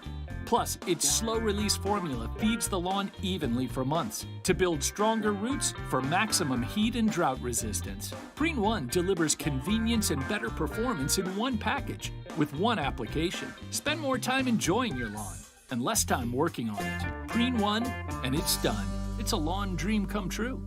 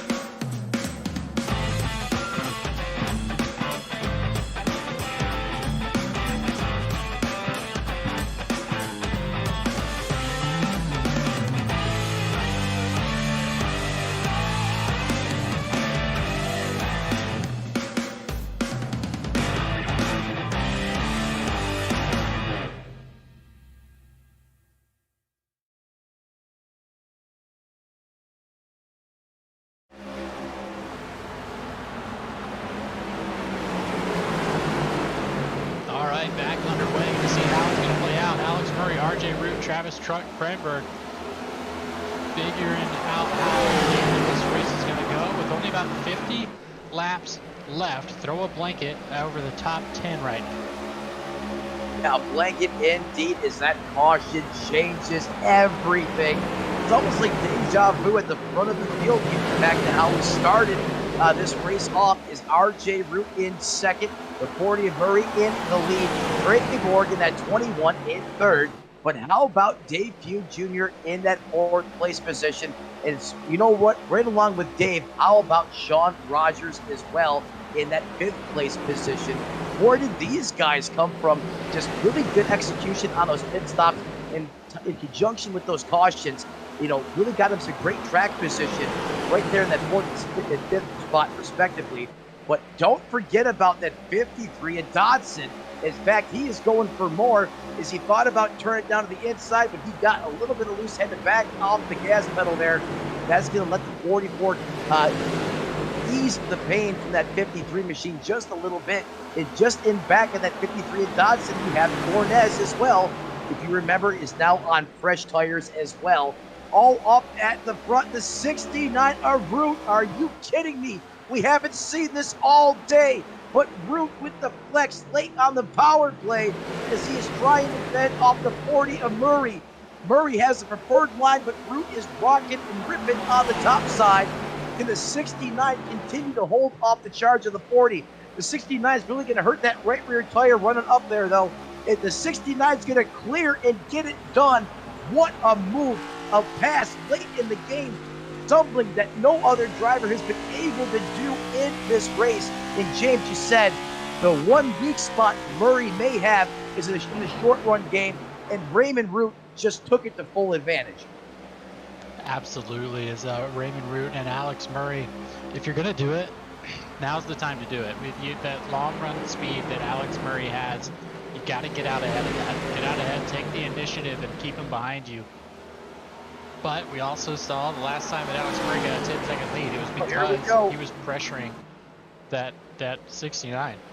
So if you're Alex Murray, I'm not worried about it. Push RJ Root, make him make a mistake. The 5-time RJ, the last season's champion, coming in here, having to defend against Alex Murray. And boy, Alex, the teammate, or the friend, is having it. Yeah, right now, but it's deep in the race. These competitors know now all bets are off. That showmanship, that gentleman, that sportsman code, that is out the window now as both these drivers are seeing red, going for broke. You can see Murray flipping the script now on the 69. I mean, that camera's nose is so far up in there. We're getting a look at the diffuser on the back of Root's car. I mean, that's how close and tight the racing is right now. Oh, the 69 catches the wall. It's going to scrape off some speed. There comes the bump, literally in the back of the race car. I can't see anything right now but a rear of Toyota from the back of the 69. There we go, change the camera angle. There's still nose to tail. Everything is fine at the front of the field, but Murray really dialing up deep in the playbook. If we go back a little bit further, now the 71, the 53 of Dodson. Duke, that's fourth and fifth place on the racetrack. There's the 21 of Dryborg. He's just up ahead in third. All real heavy racing going on just off back of the leader as the 69 continues to feel the punishment from the 40. Look how he turns it down the hill and still able to transition back to the gas. That is really asking a lot of that race car, James, and that 40 is delivering. Absolutely, applying the pressure there and able to get back through as RJ Root now unable to pull the crossover and have to follow Alex, and he's going to have to take a page out of his book. He's got to pressure him here. We're going to come into lap traffic. We're going to come into slower vehicles. 40 laps left, and they're racing like it's the last lap. But that's what we love to see here at Sunday Night NASCAR. These guys have been battling all day long. Now they're going to have to come in here and finish it here for the next 40 laps. Yeah, 40 laps, 40 miles roughly to go in this one. Is now they're going to flip-flop once again, and the 69 of Root is going to apply the torch on the back of Murray. Can one of these guys get the other to make a mistake? They've been pretty chill as the point car. Haven't seen any really big moments, just really hard racing Really great pressure from that car, the trailing car, being able to dial it up and get the position on that lead car. But again, the big story here, Murray has not been able to get away, and Raymond Root knows the longer they can continue to run, the favor tends to go back towards the 40 car, so he's trying to keep it as close as possible because he's seen what happens time and time again as we're now 360 laps plus into this one. Raymond knows the time is now if he wants to win this race. Absolutely, and he's putting the pressure on. Let's go ahead and, while we have the time, we're going to go ahead and run through your top 10 drivers here. Show you guys a little more. Let's fix that. There we go. All right, Alex Murray, of course, out front with RJ Root, Travis Kramberg, and Carl Dotson. They're in 4th. Dave Fugue in 5th. Steve Cornez, they're in 6th. Trying to battle with the 71. Chad Sanner, Eugenio Alonso, Sean Rogers in 9th there. 10th, the last car on the lead lap's going to be Aiden Hill. Yeah, in 11th, that's going to be the 56 of Cody Colley. In 12th right now, that's going to be... Oh, thank you, Coley. I'm sorry. I thought it was Coley. In 12th, that's going to be the Ford, the 00 of Kavarja Holt. He is in 12th. In 13th, the 62 of John Wilco. Residing in 14th, up 24 spots. That's going to be the 63 machine of Bob Nestor. Inside, running out your top 15, that's the 10 of Chris Claude. Really doing a great job of making the best of what he has left of that race car. Great job at a 10 machine, not giving up, not saying die, doing everything he can to close out this race. What a drive by that 10 machine. 16th position, that belongs to the 75, the Toyota of Charles Eaton. In 17th, battle for the lead back up front. Here we go once again. The 69 this time up on the top. The 40's getting forced down to the bottom. There's a little bit of uncharted territory here as most of the passing has been done on the bottom side. But hey, the 69 can't hold anything back now, and he clears the spot. He takes it away from the 40 of Murray. Now the advantage goes back to the 69 as he's on the point, and he has the clean air, James. Yeah, absolutely. Another battle happening, and we'll get back to that. We were on 16th, but I don't want to get any of those guys any less shout-outs. We'll go ahead and get back to that. Yeah. There we go. That solved itself. Steve Cortez found himself past the 59 and the 86 as the sun goes down here in Richmond, Virginia. But 16, Charles Eaton there. Rich Jet, 77. Hey. Steve Herring. Go ahead. Yep, that's going to be 18th position. In 19th, that's going to be SRM's own Dave Regal in 19th. And rounding out your top 20 right now, that's going to be the 20 machine. The 22 machine in 20th of Randy Spivey. 21st, that's going to be 28th of Brian Tarnowski. Residing in 22nd, the 82 of Alexander Grant Klenner. In 23rd, Alex Brisson, that 19 Toyota who had trouble early on, but was up at the front before disaster struck. In 24th, that's the 84 of Joseph Lester. He has had a wild race throughout the course of this one. We featured him a couple times. He is stuck right now in 24th with the ill-performing race car with all that damage that he's incurred over the course of this race. In 25th, that's Brandon Estrom. In 26th, that's going to be the 33, the Chevrolet ZL1 Camaro of Ken Ron. 27th, the 31 of Aaron Mackin. That's going to be 28th spot, 81, Ryan Samuelson in the Toyota TRD machine. 29th, thank you, I appreciate that. That's basically the cars that are running right now on the racetrack. Running down through the field here late in this one as we take it back to the front and back to the pressure by Root once again as Murray has gotten back around and Root wants it.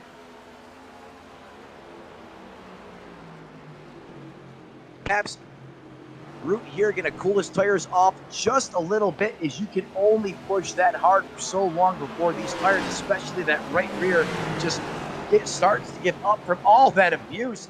And speaking of abuse, that 71 really putting it to the back of Freiburg in that 21 there. As we go on board Freiburg, look at all that sand blasting and rubber just caked all over the front of that Ford Mustang. That's with almost 400 laps around this racetrack with your race car.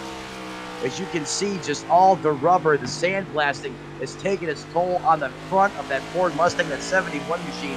But doesn't mean he still doesn't have any performance left in that race car. Certainly not the case, as he is strong, still running inside the top 10. And that 71 machine is just off the back of that 71, the 14 machine. That's going to be Seba Cornez right off the back of that 71 machine. That's 3 cars fighting for position, but only separated by a few car lengths.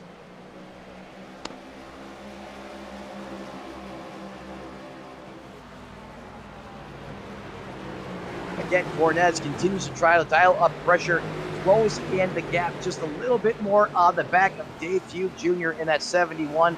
Can he get him to make a mistake, miss the corner just a little bit, open up a little piece of daylight? You betcha this late in the run, if the opportunity presents itself, Cornez will certainly strike and take it as these laps continue to wind down, which means less and less opportunities to advance your position forward. However, everyone playing nice inside the top 5 right now as Cornez owns that 5th and final spot inside the top 5. Absolutely. Everyone's kind of settled down, dare I say. These drivers have worked this whole time, and right now they're just trying to come home safe, really. Seba Cornez not trying to push it. Everybody on the same set of tires, everybody as comfortable as they can be. And again, Alex Murray doing Alex Murray things. He's going to gap it out about half a second over RJ Root. Back to Travis Thunberg.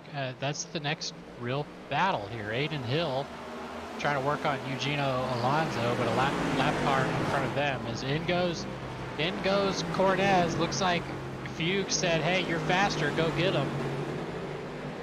Yeah, I think that's the case. No! Oh my goodness. Sometimes you make it too easy and you make a mistake, and that's almost snake bit the 14 of Cornez. Oh my goodness, not again, the 86. Just like he started the race, he's going to end the race with major contact on the inside wall this time instead of the outside retaining wall. Yeah, I'm not sure when that happened. I want to see the Seba Cornez pass. Here we go. This is going to be it. Let's see what happened on this connection. It just got loose. Yep. Just put the hammer down a little bit too much. Got loose. Unfortunately, you're pushing for the lead. You're pushing to try and get up there, and then push a little too hard. Now he's going to have to battle Chad Sander. All that work he did to get up to the back of Dave Fuge gone out the window, but still a good running. Don't get me wrong here. As now a little bit more lap traffic here, because I bet you guys would like to know how many laps are there. There we go, 19 laps to go. Yeah, 19 miles remaining in this one to write this one off in the history books. And James, you almost can feel it coming. This is where the 40 would now seem to have the upper hand and start to pull away from the field. We're going to have to see that the 69 here can keep him honest, keep it close. But the lap traffic here may be the one thing helping the 69 keep the 40 within arm's reach. Absolutely. Looks like they're catching him just at the right time. Of course, that's a lot of trust in the 82, who's had some issues coming off of turn number 4. But we're going to get there regardless. Yeah, not to change the subject, not sure what happened there to the 86. I thought that was real time as I was calling it. No, I went to the last incident, so that happened a while ago. Okay. Not sure where it did. Look, they don't give us that information in SDK. Okay, no harm, no foul, all is well on the racetrack then. Taking a look there at Dave Few Jr. once again in that 4th place position. And here comes Bad Chad in that CL1 Camaro. He is in 5th, but he is chopping at the bit. He wants some more before this one is done, and that's going to be that 4th spot that's currently occupied by the 71 machine. Absolutely going to try and work up there. As we're going to go ahead and run to the tower so you can see all the battles happening up front and how close they are. As another lap car going to affect this one, Chad Sander catches Fugue just in the wrong spot. Yeah, and when you catch him like that at that wrong spot, that is precious time you are losing on the racetrack. And the one thing you don't have in your back pocket is all those laps on the race left in the race. That's gone. You don't have that mulligan. You don't have that alibi right now. So you have to literally get all you can and try to waste zero time, the least amount of time as possible with this lap traffic. The 71, the 59, the 14, all right there. You could pitch a 10 over these guys. That's how close it is for position right now. Absolutely. And guys, if you are watching, do appreciate the heck out of you. If you're here live, go ahead and hit that like button. Keep those chats rolling as much as you can. I know we kind of chatted it out there, but Steve Cornez, he wants that top 5 back. He's going to have another opportunity at Dave Fugue, I believe, until to go. But the tires are gone now, guys. The tires, we're at about 60 laps on these tires for most of these folks. They're not going to have the speed here as lap car Dave Regal trying to stay out of the way, but that's going to allow Chad Sander to get around the 71 and open the door for Siva Cornez. These three drivers battling for 4th. You know, and that just goes, there's another take. That just goes to show you. I mean, you have Regal there in the 8 that clearly wants nothing to do with holding these guys up. And yet again, just his presence, his car being there, is going to open the door for Sander to get by the 71 there. And now the 71, you know, just a byproduct of where you're catching the traffic on the racetrack, has to kind of navigate around the 8. That's going to cost him some more time and allow Cornez to come back in even closer to that 71 machine. Absolutely. As we take a look at the manufacturers, Toyota's having a day out here. So far as Dave Fuge gets a little bit of the Siva Cornez curse there. Gets a little bit out of the way. As lap cars now into effect. I heard it over the radio. You want to talk about the pressure, the stress levels, the blood pressure inside that race car right now at that 40 machine of Alex Murray. His blood is pumping. These laps feel like an eternity right now going by as he knows he is coming down to the end, and he is surrounded by lap traffic like a hive of killer bees right now out there on the racetrack, trying to be the Lone Ranger, piloting his way through the night of the open waters at dark, if you will. That's what it's like in this race car right now.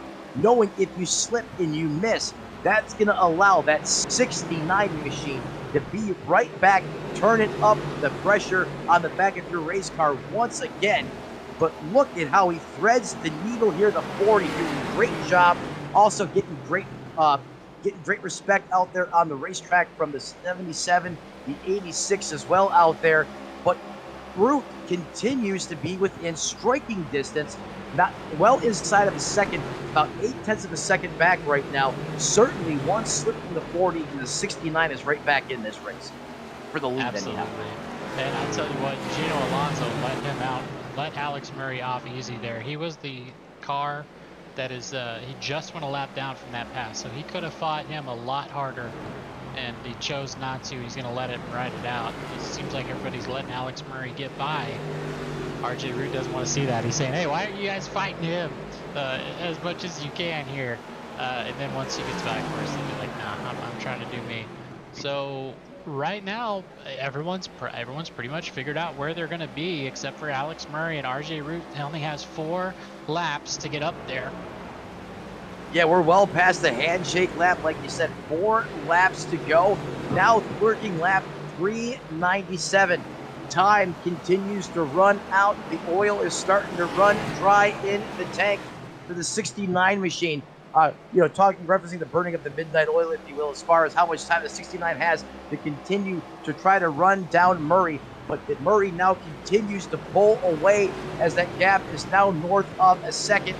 As you see, RJ Root getting past the 63 machine. The lap car does not contest it, allows him to go on by and try to catch that 40 machine. But this is where the 40 really would start to flex and show that muscle out there on the racetrack. And unfortunately, it's happening once again. But what an effort by Raymond Root here tonight. You have to remember what this adversity this man and this team has been through. I mean, he was out in the woods put him over in another zip code, and he just about, you never want to say it's over till it's over, but he almost pulled off the spin and win again. If it wasn't for that stellar performance in driving on full display here tonight in prime time from Alex Murray, RJ Root foreseeably could be the winner here right now, but not against that 40 car. Oh my goodness, that could have changed there in a heartbeat as the 58 machine was going to get out of the way, and I didn't think he realized how close the 40 of Alex Murray was. That'll make your heart skip a beat, as I believe we're now. That was for the lead, or for the win right there. There he is, Alex Murray, bringing the fury here in Richmond. Gonna survive the tides, gonna come home P1, getting it done. Another win for Prodigy Motorsports and that 40 machine. What a run, what a drive. Congratulations, Alex Murray, getting it done in P1. But how about, you cannot forget or discount what that 69 of Brute and that 21 of Travis Kryborg has done. And somehow those Prodigy cars, in spite of everything that has went wrong, went 1, 2, 3 again, I believe. I think RJ Root's in field filler, but Thank definitely you. friends. Yeah. That's correct. But the Again, 40 and the 21s. Gonna do the opposite field here.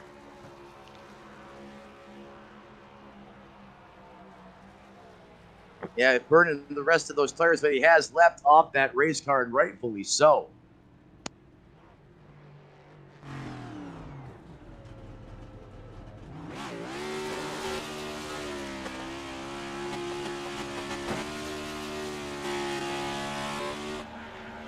It's getting the good out of that race car, James, whatever's left.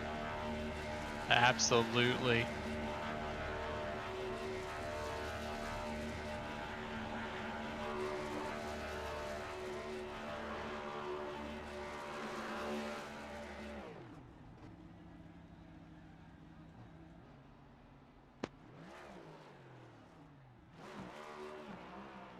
Let's go ahead and pull in Mr. Alex Murray. Alex, hey man, it's been a while, but I've missed you, and I knew that I would be able to talk to you today. I hear you, man. What's going on? Hey, not much. So you got the win. I know the story of this race was gonna be your one-stop strategy in stage number 3. How did that change, and were you happy or not to see that caution? It didn't bother me either way. I mean, honestly, when the caution came out, I only had a lap on my tires, so I knew it wasn't going to affect me much. I mean, I ran 3 laps under caution, more than they did after they got new tires. But other than that, I mean, the car was on rails tonight. The last run was the run that I had to push at all, so the car was just on rails, and I can't thank everybody at Prodigy Esports enough for putting in the work this week and getting it to the point where it is. Absolutely. I don't know who builds these setups, but they deserve a hand, right, Alex? Yeah, it's actually me. I know. I'm the one building them, but no, everybody that puts laps in and gives me feedback, and you know, it's really all credit to them, because I mean, I can only do so much on my own. So the amount of laps that Brandon and RJ and everybody at Prodigy ran throughout the week was definitely helpful. I think there's, like I said before at Coda, I think there's more in it, but you can't stop learning, you can't stop trying to get faster. So we'll move on to Bristol Dirt next and see if we can't get another one. Absolutely. Well, Alex, again, man, congratulations. And is there anybody else you want to shout out before we let you go? Yeah, Simrap Market, Shamrock Auto Care, Prodigy Esports, Caliber Collision, BRTV. I mean, just my whole support system, girlfriend, family.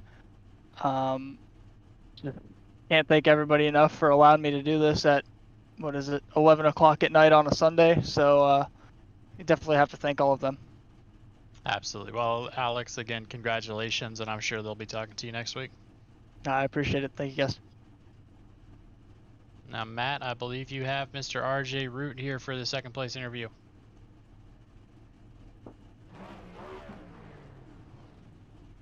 Matt? As RJ, I guess I'll take over. Good to see you. Good to hear from you. How's that 69 car doing? Well, it was doing pretty good there at the end. Uh, didn't figure out how to drive track until the last stage. Um, but had a lot of fun on that long run. Uh, really just content. Uh, wish I would have been there to give Alex a run for his money there at the end of the race rather than with 40 to go. But you win some, you lose some, and really had a blast racing against Alex. Absolutely. Now, we talked a little bit about it with Alex, and he said, it wouldn't have bothered me anyway, but did you think you had him beat on strategy in the start of the third stage? Um, if the race would have gone green to the end, think I think we would have been close because I was burning the right front the entire. I mean, I've been burning the right front all week. And Alex said something at the beginning of the third stage was, let the car turn itself. Stop putting so much wheel into it. And that I started trying it at the beginning of the third stage, and it was really working. I mean, tires were finally even when I pit under the green flag stop. I mean, just finally figured it out and felt like we could have ran with Alex, the off strategy. It would have been cool to see who would have won that. But I felt like there at the end, if I pushed Alex to run harder than he had run all race, that it would kind of throw him off, and try to get him to eat up his tires a little bit. But he's because we've been racing together for the last year and a half. I mean, I know all of his tricks and he knows all of mine. So Absolutely. And it helps when the setup builders there fighting with you for the lead. But RJ, who you got on the car and who you want to shout out? I really got to thank P1 Coffee.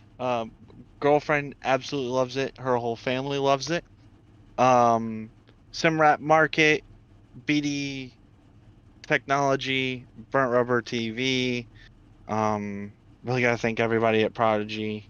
I know we've had a rough couple of weeks internally, but just want everybody to know that we can make it through this. Gotta thank the girlfriend for cleaning my room and giving me her lucky duck bracelet that I've been wearing all race. And just I'm happy with a second place. I'm happy for you, RJ. It's been a while since I've been content with a second place. If you're going to be behind anyone, Alex Murray's someone to be behind. But RJ, congratulations again on the second place finish. Hopefully we'll talk to you next week, sir. Thank you. All right, Matt, I got you. Loud and clear. I believe you have Mr. Travis. He is muted right now, but if he unmutes, we will have him. There he is. What's up? Travis Freiborg, Matt up in the booth. You got me, sir. Yes, I do. Travis, what a performance. What a drive from you tonight to be able to come back all the way to third place position. Walk me through that race from that point in time that things got disastrous up from the front of the field. How were you able to rally and drive your car and get your car fixed and all the way back up to third? I mean, that is a huge feat. What a performance by you tonight. Yeah, I'm not quite sure. It was kind of a roller coaster all night between starting up there good in P2 and then early on getting involved in an incident. Had like about 6 minutes of repairs to do. So every caution I got just went in, got a little bit done. Got involved in another wreck, I believe, and that added about another minute. So I mean, all race just going down pit road, trying to get all the repairs I could. Um, and just eventually found myself up towards the front, and then there at the end, or the last stage, I finally figured out how to drive the car with all the damage I had, and really made up a bunch of time and realized I had the speed for a top three, and found ourselves here. So I think it'd be a pretty good night for what we had to deal with. When you say learn how to drive your car with all the damage, as a race car driver, what are you doing inside the car to adapt to that? Braking points, how smooth you have to be on the throttle, how much you're turning the car. Um, the car was all out of whack. Like, the way I was driving it earlier, it would just get very, very loose, within like 30 laps or so. So I really just had to start backing down my corners, being very smooth on the throttle, very minimal wheel movements, and I was able to make it work and run pretty good there at the end. So yeah, just needed to adapt is just the biggest part. There you go, ladies and gentlemen, adapting and overcoming here tonight, figuring out how to drive a wounded race car to get maximum performance out of it, going from the back to the front, back to the back to the front again, comes home third tonight. That is no one other than the 21 of Travis Dryborg. Travis, before we cut you loose, who do you want to thank on that 21 TRD machine? I gotta thank Simrack Market for these awesome designs that they have. Gotta thank Caliber Collision, Burnt Rubber Television, P1 Coffee, Shamrock Auto Care, um, everyone at Prodigy. But this week, I think a few people really stood out here at Prodigy between Brandon, Alex, and RJ. All the laps they put in, getting this set up better and better and better. And I think it really showed how good of a car we had tonight. I mean, locking out 1, 2, 3 once again. Sucks for Brandon. He couldn't quite recover like the way I did with all the damage, and so that sucked for him. But he should have been up here, no doubt. But yeah, everyone at Prodigy, just they do so much. Yeah, I mean that's really another statement. I mean, yet again, that the Toyotas is particularly Prodigy Esports makes. I mean, when you guys can be faced with that kind of adversity and still come back 1, 2, and 3, just speaks, just to how well you guys are poised as race cars behind the wheel and how good that car is set up around you. Ladies and gentlemen, that is your third place finisher tonight. No one circles the wagons like Travis Dryborg coming home third here tonight. James, back to you. Well, Matt, it's been fun in the booth. We have had the uh, results posted there on the left-hand side, so you guys have been able to see those. But I think that's going to do it for us on this long night. Absolutely appreciate everybody for coming in. Appreciate you, Matt, for being here, and hopefully we can get our one and only Mr. Tony back up here soon. So we're thinking about Tony as we're going to get going here, folks. As always, we'll talk to you next week.